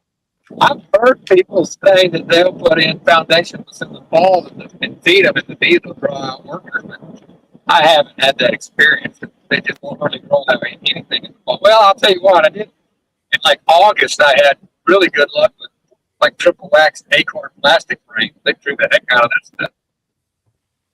But then I've also heard I didn't have that good luck with the double wax acorn frame in the spring. They preferred no foundation early in the spring, but as you get into summer, they prefer the plastic wax on it. I don't know why that is, but maybe there's just not enough coming in for them. Well, Yeah, I just re-waxed my Premier's triple waxed frames because this is the second year and they weren't drawing it. So I was like, all right, maybe they stripped it enough that maybe it's no good. I still see wax on it, but I'm like, well, coat the heck out of it and see if they'll, I don't know. I buy all my foundations waxless now, and I wax it myself, like I said earlier. But my luck this year, getting them drawn, it's like it's fantastic. They're drawing everything. I bought the double wax. I bought it from Bill. The double wax. I waxed it, covered on all of it this year. And most of it got drawn out. I will tell you guys though, from taking the food coloring and mixing it with the wax, which is hard because it's water-based, it doesn't want to mix very well, so you have to really stir it up well. And if you coat your if you coat your frames with that colored bee wax, they draw that color the whole way out. So they're using whatever you put on that foundation and they're spreading it really thin. Interesting. Yeah, you do some. Yeah, I know your page. Yeah, you do some really neat stuff. Yeah, I had no idea that they actually take what you put on that foundation and they, you think that you're just putting a thin coating on, but they actually must make themselves thinner and they just mix it all the way out. So if you use some funky wax, I guess they'll have funky wax throughout the whole comb or something. That's fun. Because it'll be blue all the way through or red or whatever. And then the church candles Is that blue wax like Flexing it'll be nice. is that blue wax like dyed blue hair, or your bees like real liberal? They identify as buzz. Oh my god. Yeah, I tried to do the rainbow. I tried to do the different colors and see if they mix it from top to bottom or if they just do it straight out, you know. And I think it's more straight out.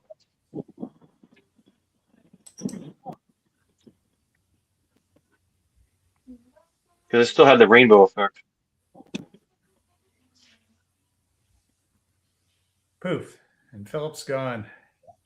No, I got a car that's screwing with me on my right. He keeps coming running up, even with me and drifting back and running up. Get on. I had to turn the light off. Policeman, you're going to jail. Some people use the car in front of them as a speed control. They don't understand the steady pace. They have to have somebody to pace them. So now I'm behind them. They're going to slow down.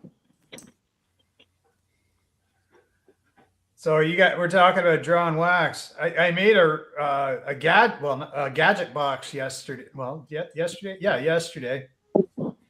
God, the last 2 days have been so long. But basically, it's so I can fit all my styrofoam mini nuke little starter things, like the little plastic little, the little pie symbols there, the starter strips. I can fit about 30 of them in what's probably a shallow. So I got 30 of these things. I jammed them in a hive. And I got little starter strips in it because I'm absolutely sick of these styrofoam nukes. So you're going to start a bunch of starters in your mini deep, I guess, or whatever. Yeah. Well, yeah. I put the mini deep in like a really strong hive. And then, I put the queen, like it's below the queen excluder. So the queen's going to go up, lay it all out. Oh, lay it. Yeah. That's the goal. They're going to draw it. They're going to lay it out. And then I can move them around. I like that. So that's the plan. And I got like 30 mini nukes. So it's like at least one of these drawn, laid out frames per, or 2 or 3, depending on how many, queens I got to go on the next round. Now, as soon as they lay them all up, do the dem race, stick it all at the top, and let them make queen cells. In each one of them, you'll have mini splits ready to go. There we go. You're thinking. I love it. Because that's the problem with these queen cells. Is I have to cut these things out. I'm like, if they can do it easier, and I have these queen cells, I'll have to do all this work. It's like no. shopping. You listen to Bill. He's not saying much today, but you listen to Bill. Your grafting game will go from here to here, which is higher. Now, I don't need that many queen. Doing really well with the grafting now because of Bill and his advice. Problem is, you don't do your homework. Well, if you just tell me what it was. It's not up to me to remember that. That's up to you. Bill's flying. Look at that. He's an angel. Yeah, I'm flying all right. Bill, if I was a smart man, I wouldn't be here. I'd be an engineer or something.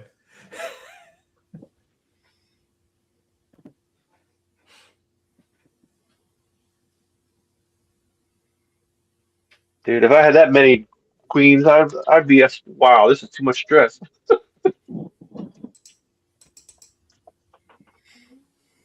12 queens is enough for me at one shot. Yeah,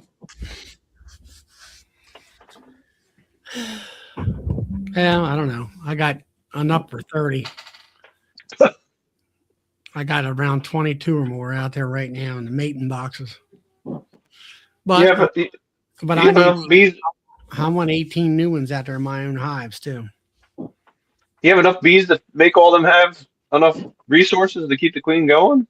It's been I've been doing those demorees, and I have to say it kind of takes away from the other hives, but I also have some nukes that they're building up, and I'm pulling some brood out of them to either graft or put them in mating boxes too.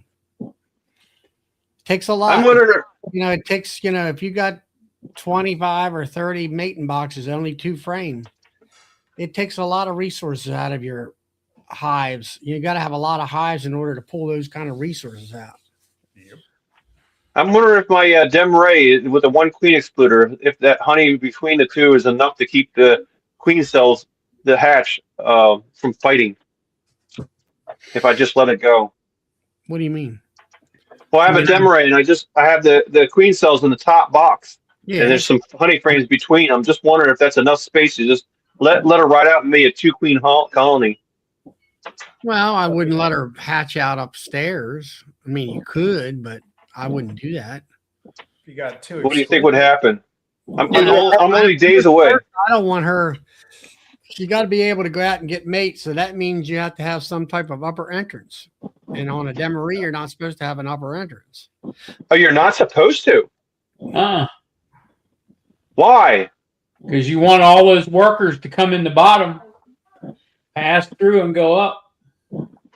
Why? What happens? Well, they don't. You got, if they consider themselves queenless, now you got another queen upstairs. That's why you check the hive in 4 to 6 days. So you don't do that. Or you pull those frames out and make a split. Because that one that you saw they have a crack in there, and they're getting in and out through the top. Yep. You shouldn't be cracking the hive open anyway. You don't need to ventilate a hive. No, this is just because it holds the insulation up. It was, instead of having a political sign with a hole in the center, I just have 2 strips, one on the front, and I was like, oh, they're getting in and out. Oh, no biggie. That's fine. Who cares? But now you're telling me that's bad. Did you have a queen excluder over the bottom super and under the top super? No, just on the bottom. Okay, so in your queen will go down and lay in your supers if you leave it like that. Yeah, but they're filling them up, so there's no room for them. Yeah, if you got a up, you'll run across honey. You need to be adding more if they can fill them up. Yeah. Oh, okay. You don't want to let her hatch out up there if that's what you're trying to do. You want to pull them frames out of there. We're destroying cells. You want to get rid of those queen cells up there. Hey, Ian. Guess I got to do the normal split like I was doing before. Well, that's what I do. I go up there. A Demery gives you options. One, it gives you more honey, and it also makes a bigger hive and bee production, as long as you leave it alone. Now, with me, it also gives you another option. Hey, I need some resources. You don't have to worry about where the queen's at. You know where she's at, down in the bottom. So you go up there, you pick those brood frames up with the bees on there, which is the nurse bees, and you can make an easy split. Here's an idea. What if I take the queen out of the bottom and let them hatch out in the top, and that'll be my queen exchange, and then it'll guarantee that she's still viable for next year because I've changed my queen out already. Well, if you want to have 2 hives, you can, just put 2 excluders, like one below your honey, one above your honey, and then you can just I ran out 2 hives on top of each other. I ran out of the queen excluders. The thing of it is, if you got a regular steel queen excluder and you got a virgin, she's the size of a worker. She can spit right through that. Oh, snap. Maybe I'll just take the queen out of the bottom. Let this be a requeen. You can do that. Yeah, then that'll be a way of knowing that she's good enough for the next time around. Or you take and put a double screen board up on top, and then you let her raise her own queen upstairs with an open, that becomes a separate nuke. Resources of the heat and everything off of the bottom hive. And then when she gets up and running and she's got 5 frames of brood and she's doing great, then switch it. Take that whole damn box up there and put that on the bottom and take the old queen out and put her in a small nuke as a retirement home. There you go. I like that. Then it'll be easy requeening, and then I'll have to worry about running her out. Right. I like that. Now I just have to get on the queen excluder in 2 days. Well, that's what you do. You go to the Nobby or whatever, or find some good deals on queen excluders or something like that, and you buy a bunch of them, you know, you have yourself a plan. You know, Yeah. just don't buy them to buy them, but have a plan on how you're going to utilize any of your equipment that you do buy. And all. Well, some of this you got to experiment and see what you like, and then after that, you're like, oh wow, I like that. So, but then after you change your mind later on, it's like now I have all this junk that I don't need anymore. It all depends on how you, you know, it's like you're saying, if it's like with me, okay, this year is a learning experience for me where, oh, I make sure my cells go into mating boxes. They hatch out naturally. They don't kill the virgin. They go out and they get mated, and I build them up. Now I've got, let's say, a 5-frame nuke sitting there, and it's at the end of June. I'm ready to go over here and get that 25 queen out of there, pull her out, and drop that brand new nuke in there with that 2026 queen in there. And now I'm requeen for next spring. And hopefully she'll be laying up like gangbusters next spring for me. And then I'll make a bigger, better honey crop.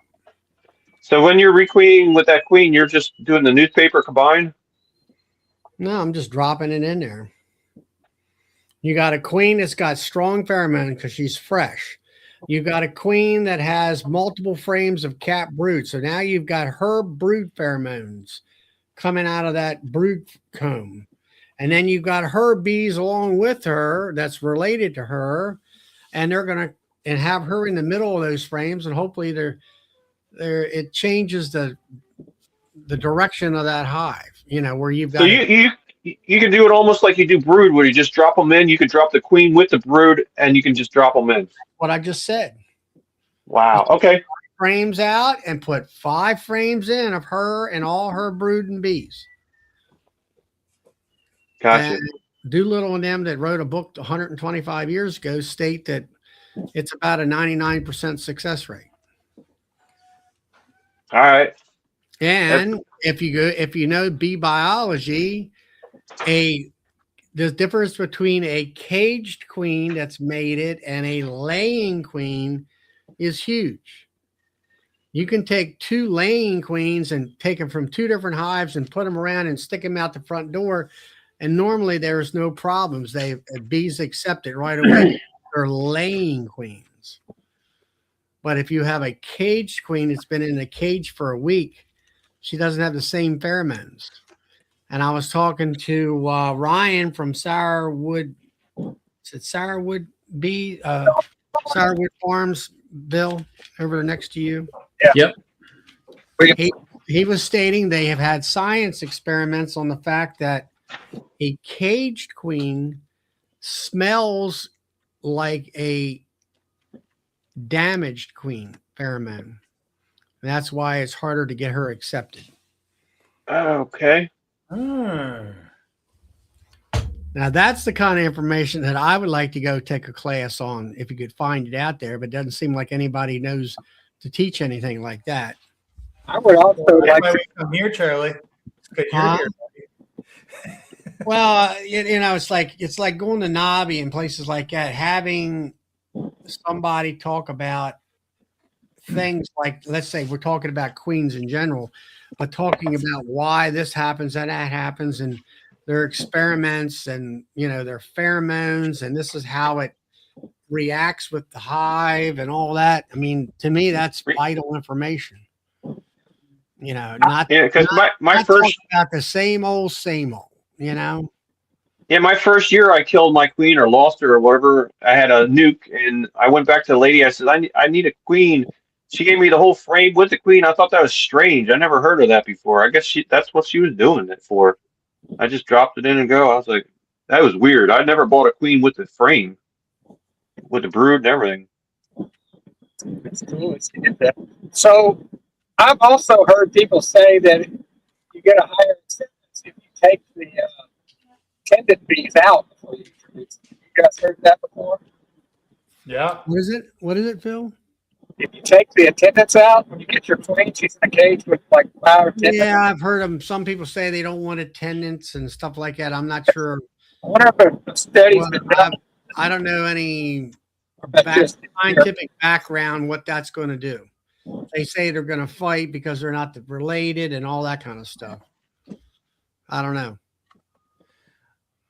Now, I do know this. You stack the two things I do together. know this is that you're talking about shaking the attendants out. Here's your JZB cage, right? Like that. Here's let me close it up. Now, on the end, I don't know if you guys can see it. On the end of the JZB's cage, there's a bar, a little hole there. Hold it higher. Huh?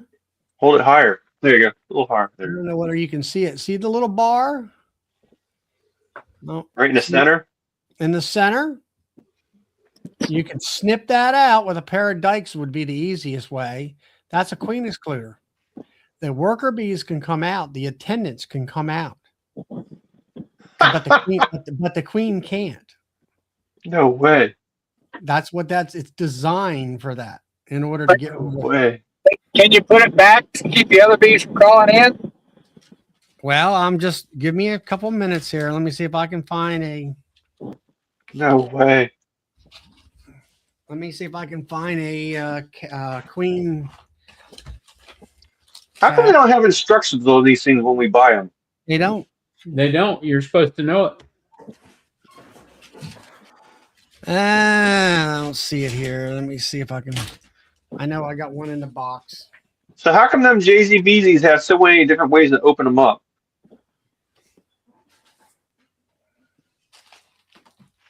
You got the little round hole, you got the big, huge door, and you got the feeder spot. Well, you got the big thing. That's your candy tube. Yeah.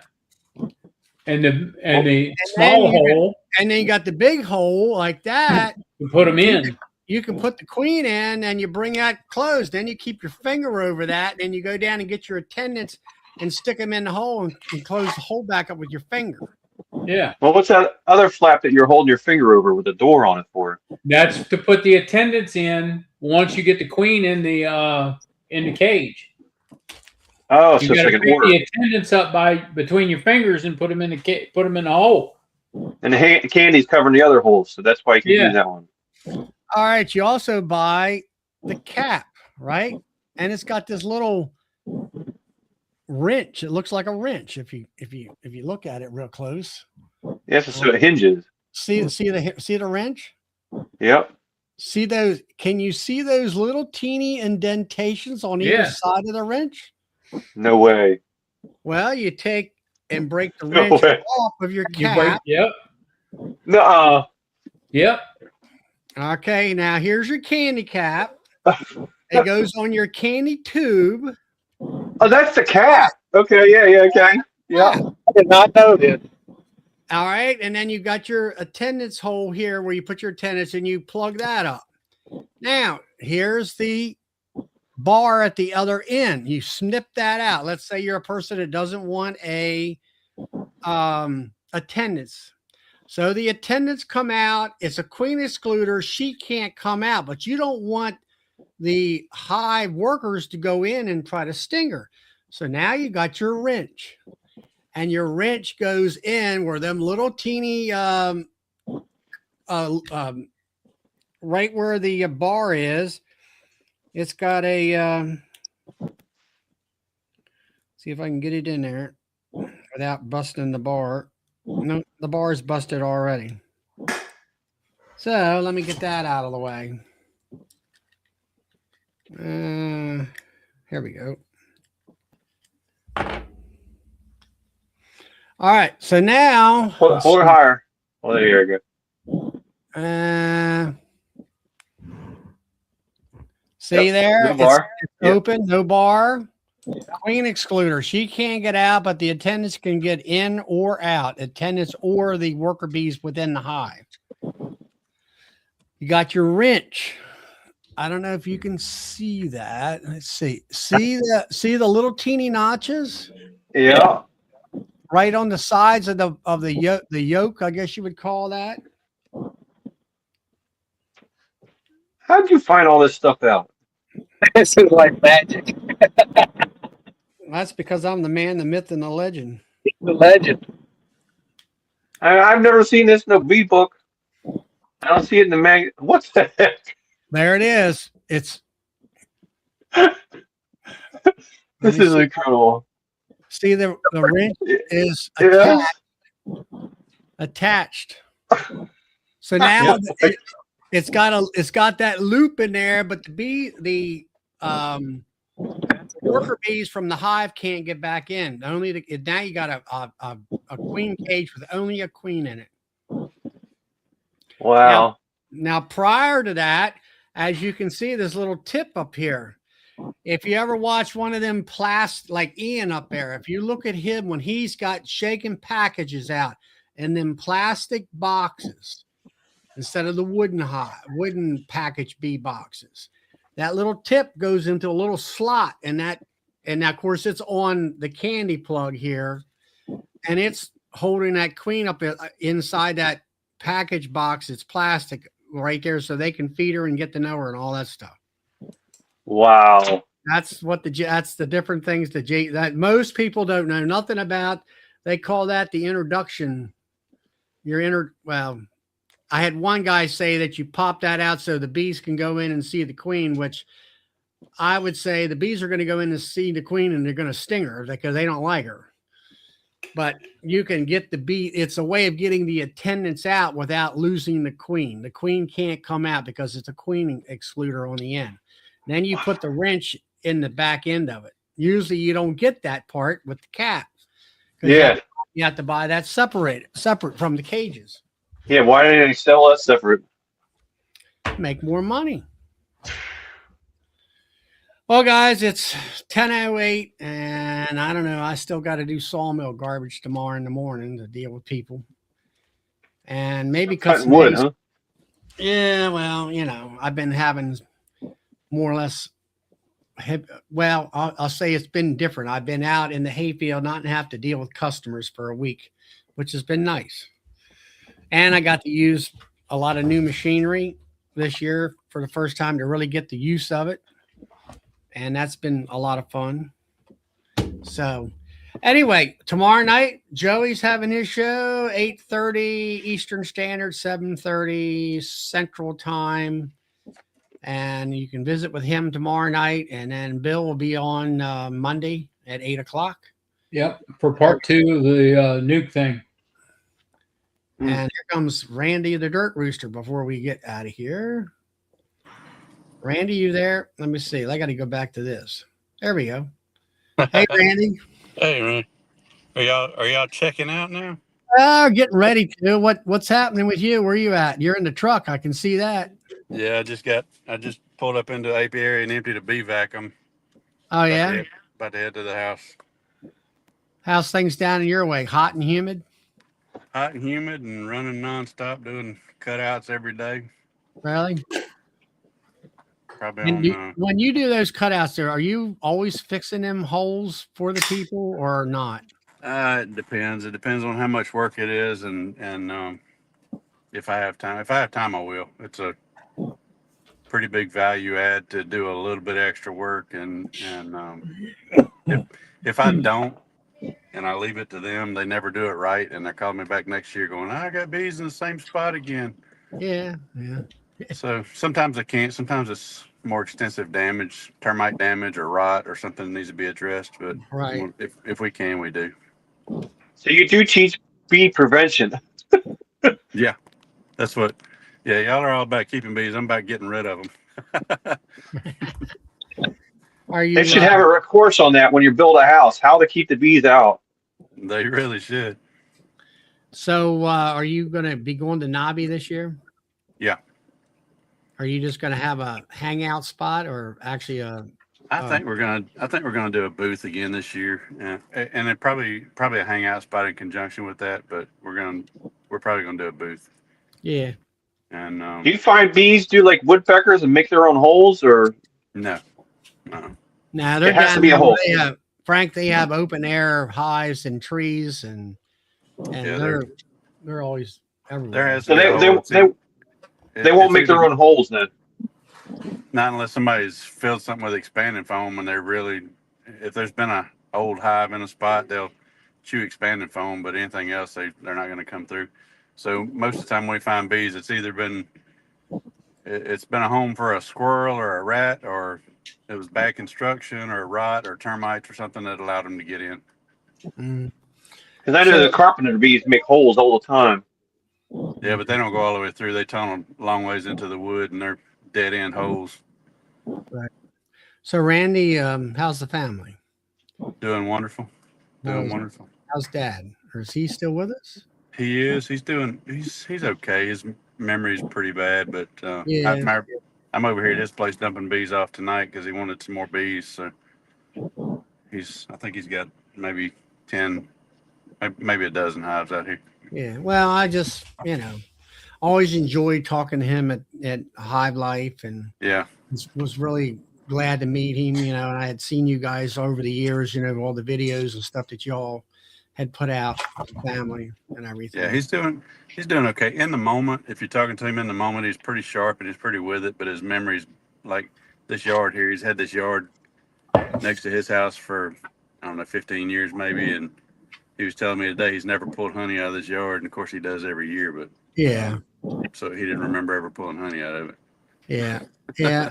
Well, I know they all get to that point, like my father, myself, it's like, I want to go home, and Yeah. And you take them out on the back porch and you are home, and then that don't psychologically satisfy him. And Right. that's where you get them in a car and you go around a 4-mile block and then come back. Well, we're home. Yeah, I know, I can see it. I had a customer that used to take her husband out for a date every day. She would. I'm not her wife. I'm her date every day. I'm like, what? Wow. That's the way he is every day. Wow, you're hot. I'm like, oh my gosh, this is funny. He has no clue who she is. Wow. Well, he was watching Nobby videos earlier today, and I stopped by earlier today. He was watching Nobby videos, and he said, I just want to go back to that again, because he had been to, I don't remember if he's ever been to Nobby, but he'd been to Hive Life a couple times, and He was Hive Life 2 times. Yeah. he really enjoyed it, and he's so he wants to try to make Nobby this year. And so that'd be great. Might make that happen. That would be wonderful. Yeah. I enjoyed to stop by and chat with him. Oh, he loves it. He loves getting out and talking bees. That's the only thing he thinks about anymore is bees. Yeah, well, So I told him, I said, when you finally kick off, I'm gonna lean in your coffin and tell you there's a swarm outside just to see if you're really gone.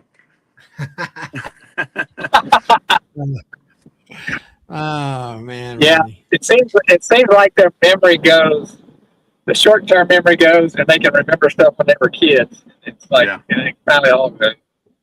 Yeah. My mom, before she was completely, she's not bedridden, because even though she can't walk, we get her up, put her in a wheelchair, take her out to the living room, or take her outside. But we would take her, when we'd take her in the car, we'd take her like to church or something.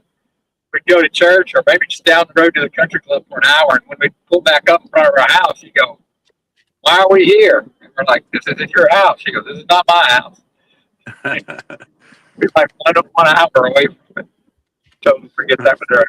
Yeah, that's like my father. He was, I'll say bedridden at the time, but he would talk to my brother and say, yeah, something about it happened 60, 70 years ago. The thrash machine rolled out of the barn. We got to get it back inside, and, stuff that happened back in the horse days, and stuff like that. Wow. That's almost like losing your limb and you don't remember your leg is not there. You can't scratch it. It's like, what? No, you can't scratch it. It's not there. Yeah, but something, I know quite a few folks that that what do they call that? False sense or whatever it is, phantom pains is phantom pains, yeah. And they talk about that. People have got their legs, whatever.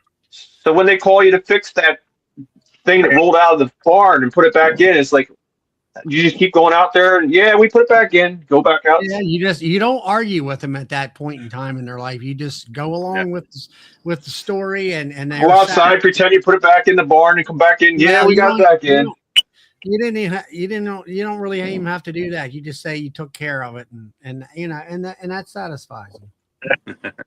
Well, I just wanted to jump on real quick.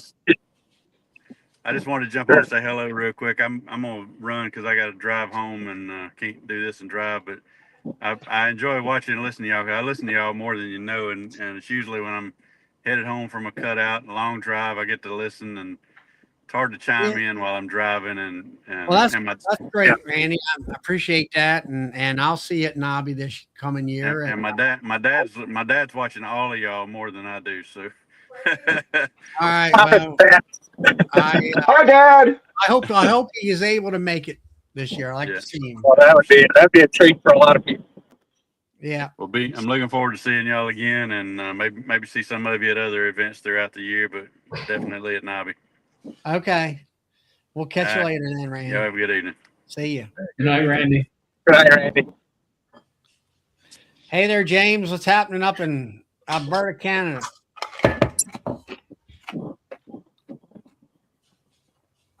Besides making all kinds of honey, probably. Oh my.